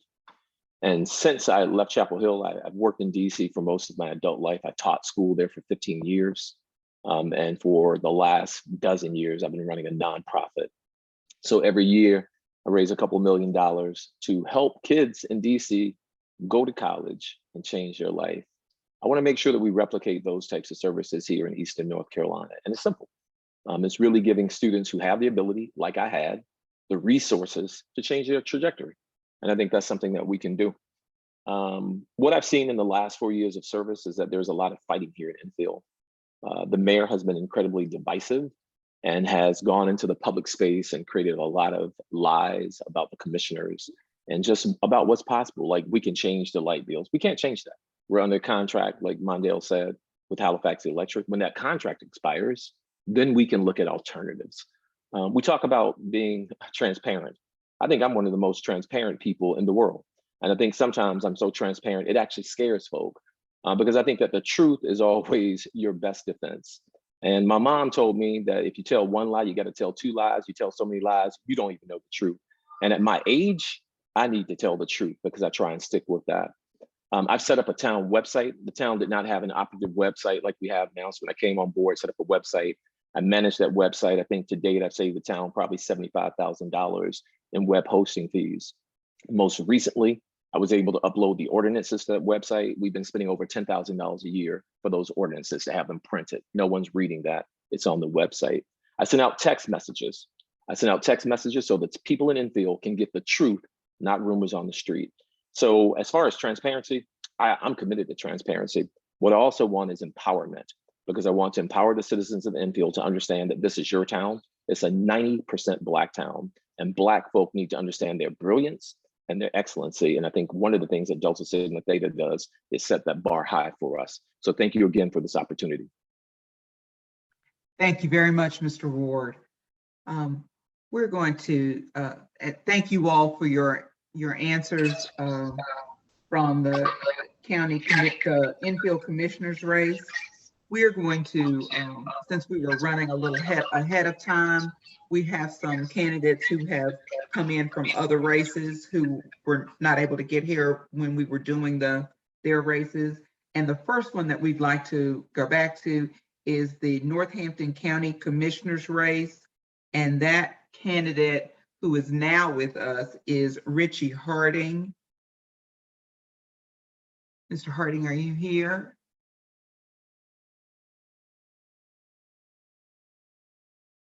Yes, ma'am. Yes, I am. All right. So by way of bringing back the question that was posed to the Northampton County Commissioner candidates, it is, what does a sustainable future in our community look like? Mr. Harding, the floor is with you. All right. A sustainable future for Northampton County, I focus on 3 things: education, employment, and environment. Of course, we hear a lot about the education going on in Northampton County. There's more than just one school system here. There are a lot of, and actually both school systems are actually producing very well-rounded young people. As we have the early college in Northampton County schools, and we have the traditional high school, they are graduating people that are doing well. And there's also KIPP, the public charter that is there. I think one of the things that we kind of fail to see is some of the different traumatic events that go on in our young people's lives, things that have them going through some rough circumstances, and that causes a lot of issues for them as far as when it comes to their education. One of the other things that I want to touch on is employment, and that education is a direct relation to employment with Northampton County. We don't have a lot of jobs that come here, and we're always told that it's because of our education that they can't get certain types of businesses, certain big businesses. But we have a lot of people that are doing some wonderful things, being employed on their own. I have pushed for years as far as vocational training, and Northampton County Schools has had that. There's been carpentry, there's been welding, there's been plumbing, and a lot of these things are where kids can be the owner of their businesses and not just the employees. I always teach kids it's wonderful to be Joe at Bill's Plumbing, but we must strive to be Bill.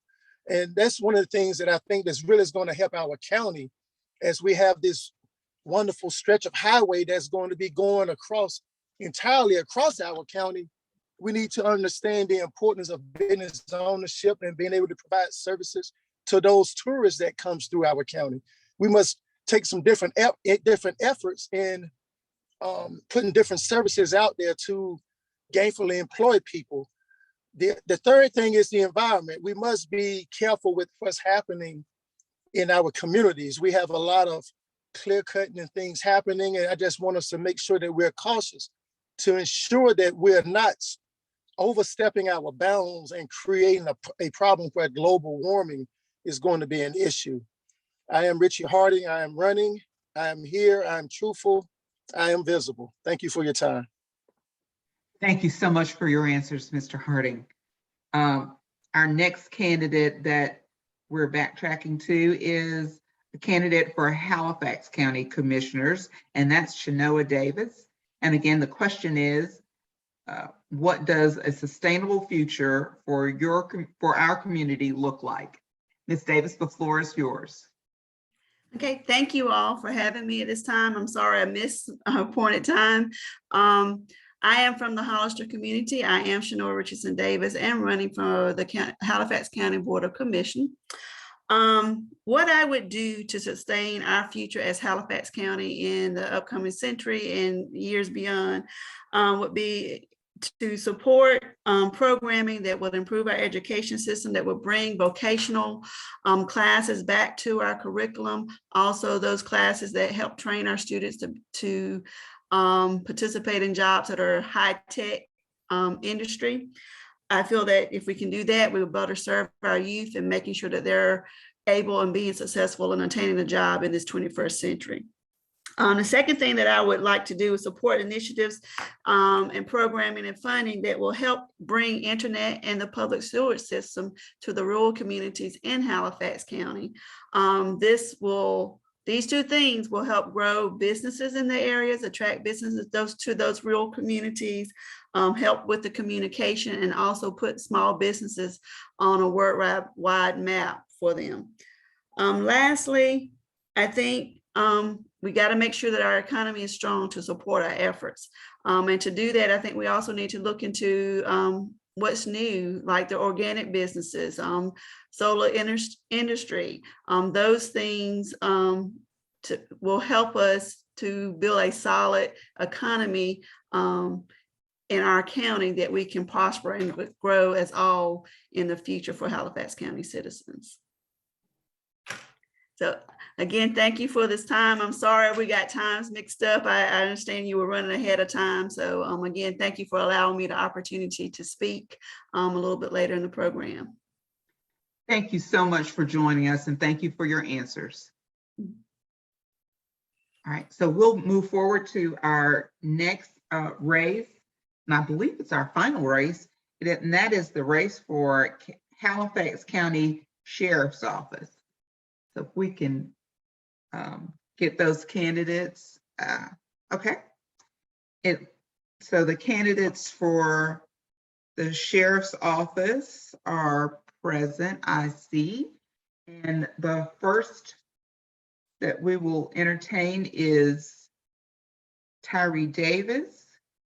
And the question for the Sheriff's Office candidates are, what steps do you think we should take to address police brutality against communities of color and marginalized communities. Candidate Davis, Good the afternoon. floor is with you. Hey, Judge, how you doing? Thank y'all for having me today. One thing we need to do is we as a community, and when I got this question, I thought as a parent, as a community, and not as a law enforcement officer to start. And one thing we have to do, we have to play our role to prevent it. And how we play our role to prevent it, most law enforcement officers come in contact with people when it comes to brutality on traffic stops, whether it's a routine traffic stop, felony traffic stop, but it's mostly on traffic stops. So what, my son is only 11, but what I tell him is if law enforcement ever pulls you over or pulls us over, the first thing we need to do is get to a safer area. But we need to signal the cops by turning on our emergency lights that, hey, we see you and we're gonna stop, but make sure you get to a safe, well-lit area with people around. Then once we stop, you need to roll down all your windows on your vehicle. I don't care if it's 100 degrees outside or 20 degrees outside, roll down all your windows because that makes it safer upon our approach that we can see everything in the vehicle. Make sure you put your hands where you can see it, and if the officer tells you, hey, I'm stopping you because you ran a stop sign, because you were speeding, or because you have a tail light out, there's no need to get aggressive.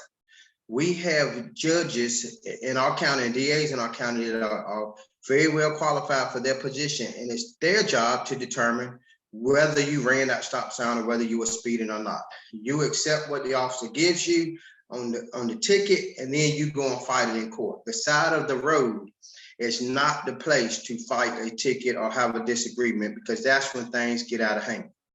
Don't get aggressive. Don't give the officer a reason to take it to the next level, because some officers and some law enforcement officers are out there ready to take it to the next level. And we have to live through that traffic stop so we can go out here and fight it in court. Now, after that, you need to file a complaint with that officer's agency. And when you file that complaint, see the complaint through. Don't just file it and stop. See the complaint through, see what happens. Make sure you stay on top of it, because good officers hate bad officers more than the community does. So when these things are brought to light, the agencies need to follow through. Now, once the agency has it, if an officer assaults people, that's not the first time that they've done it, and it's not the first complaint that they get. So as a law enforcement agency now, we need to make sure that we take this stuff seriously. We contact the proper, governing body, whether it's criminal justice training standards, sheriff training standards, and go through with the process. If we have to release that officer, have that officer charged because it's excessive force or police brutality, we need to make sure we document that in the file. So we just don't push it under the rug and he or she go work for another agency, and we never document it. Now they hired him, and now it's that community's problem. So we need proper document, and that way that officer will get out of law enforcement and the community don't have to deal with him anymore. Thank you for your answer. Thank you. The next candidate to address us will be Scott Hall. And the same question will be posed to Mr. Hall, was what steps do you think we should take to address police brutality against communities of color and marginalized communities? Good afternoon. I'm sorry, I'm at another event. That's why the commotion with the laptop. Anyhow, I'm Scott Hall. Thank you for having me. I would first like to say that police brutality is not okay in any community, regardless of which township, which community, or which state you're a part of. It is not okay. We all together collectively have to continue to work towards that. I think the biggest thing that we as a community need to do is to make sure every law enforcement agency has body cameras. Body cameras alone, that and video cameras in patrol cars, reduce so much when it comes to aggressive officers, the public themselves perhaps being aggressive towards officers. We need to continue to train our officers. We need to continue to take diversity trainings and so forth as we move forward. We will continue to do those things as well. With diversity training, we also need to educate our youth. Several years ago, we were in our high schools doing Survive to See Another Day. We will continue to and need to continue to do those things to educate our youth, whether it be a traffic stop, whether it be an encounter at a store, accusations, warrant services, any of those things, we need to educate our youth to better prepare themselves how to face real life activities or situations. So moving forward, I think we should do those things. We should follow through with the complaints as we've done in the past. If someone has violated a rule or policy or has committed any type of police brutality, we should continue to see those things through. Do exactly what we've done before and refer them to the district attorney's office and the State Bureau of Investigation, so those officers and those allegations can continue to be investigated and transparent. When someone has crossed that line or violated someone's rights and things of that such, we should make sure that we continue with the court proceedings as we do if it was just a shoplifter or someone else. We should hold these officers accountable and charge them, get there and get those days in court for the victims and be good and just for our folks. If we continue to do that as a group, as law enforcement agencies and the heads of agencies, we're well on our way. But body cameras are our answer. Video surveillance is our answers. Those things help and will reduce any type of police brutality. But bottom line is, it is not okay in any community. Thank you. Thank you very much, Mr. Hall. Our next candidate is Mr. Silver. Good afternoon, everyone.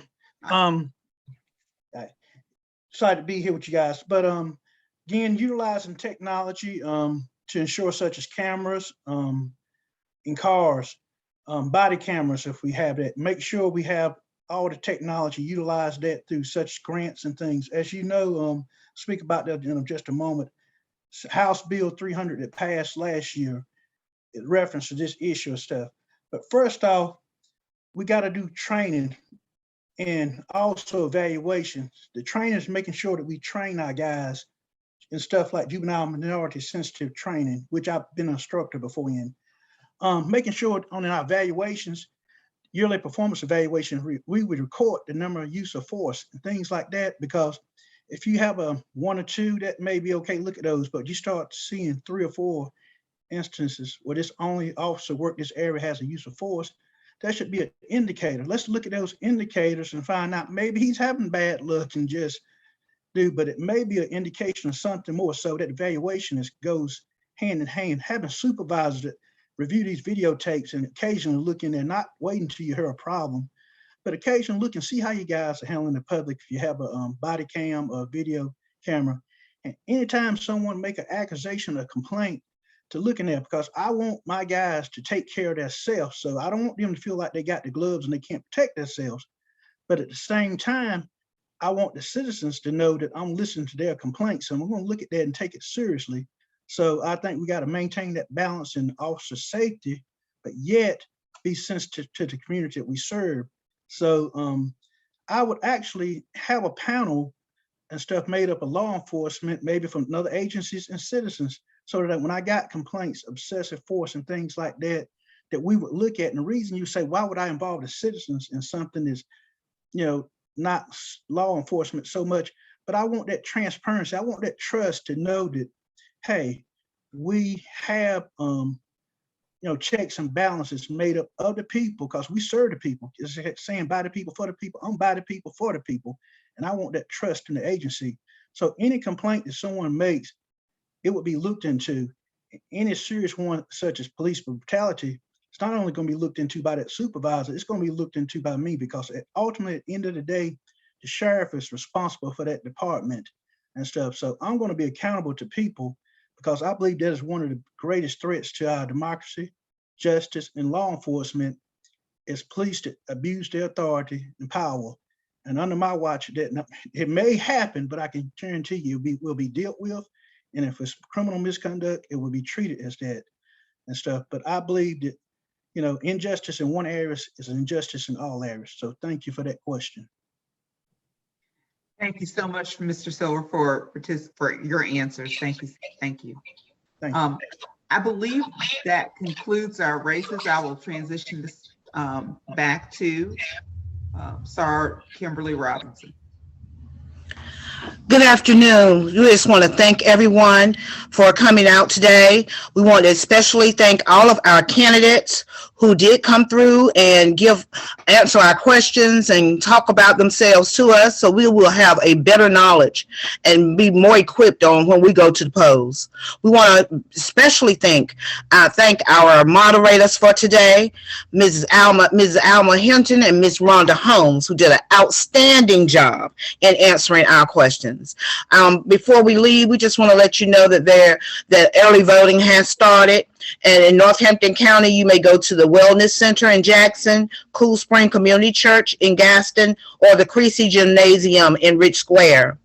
And in Halifax County, you can go to the Agricultural Building, Enfield Fire Station, or you may go to the new Resource Building in Roanoke Rapids, or Shiloh Missionary Baptist Church in Scotland Neck. We have a Saturday available for early voting, and that will be May 14th. Election day for our May primary will be May 17th, Tuesday, May 17th. Please go out and please vote. We want to thank the Enfield-Roanoke Rapids Alumni Chapter of Delta Sigma Theta Sorority Incorporated Social Action Committee and the chapter for putting on this event for today. And we want to thank you and thank all citizens who will view this, who are viewing this on YouTube and who will view this on Facebook. We want to thank you so much for giving us your Saturday morning and a little bit of your afternoon. Be blessed and please vote. Thank you.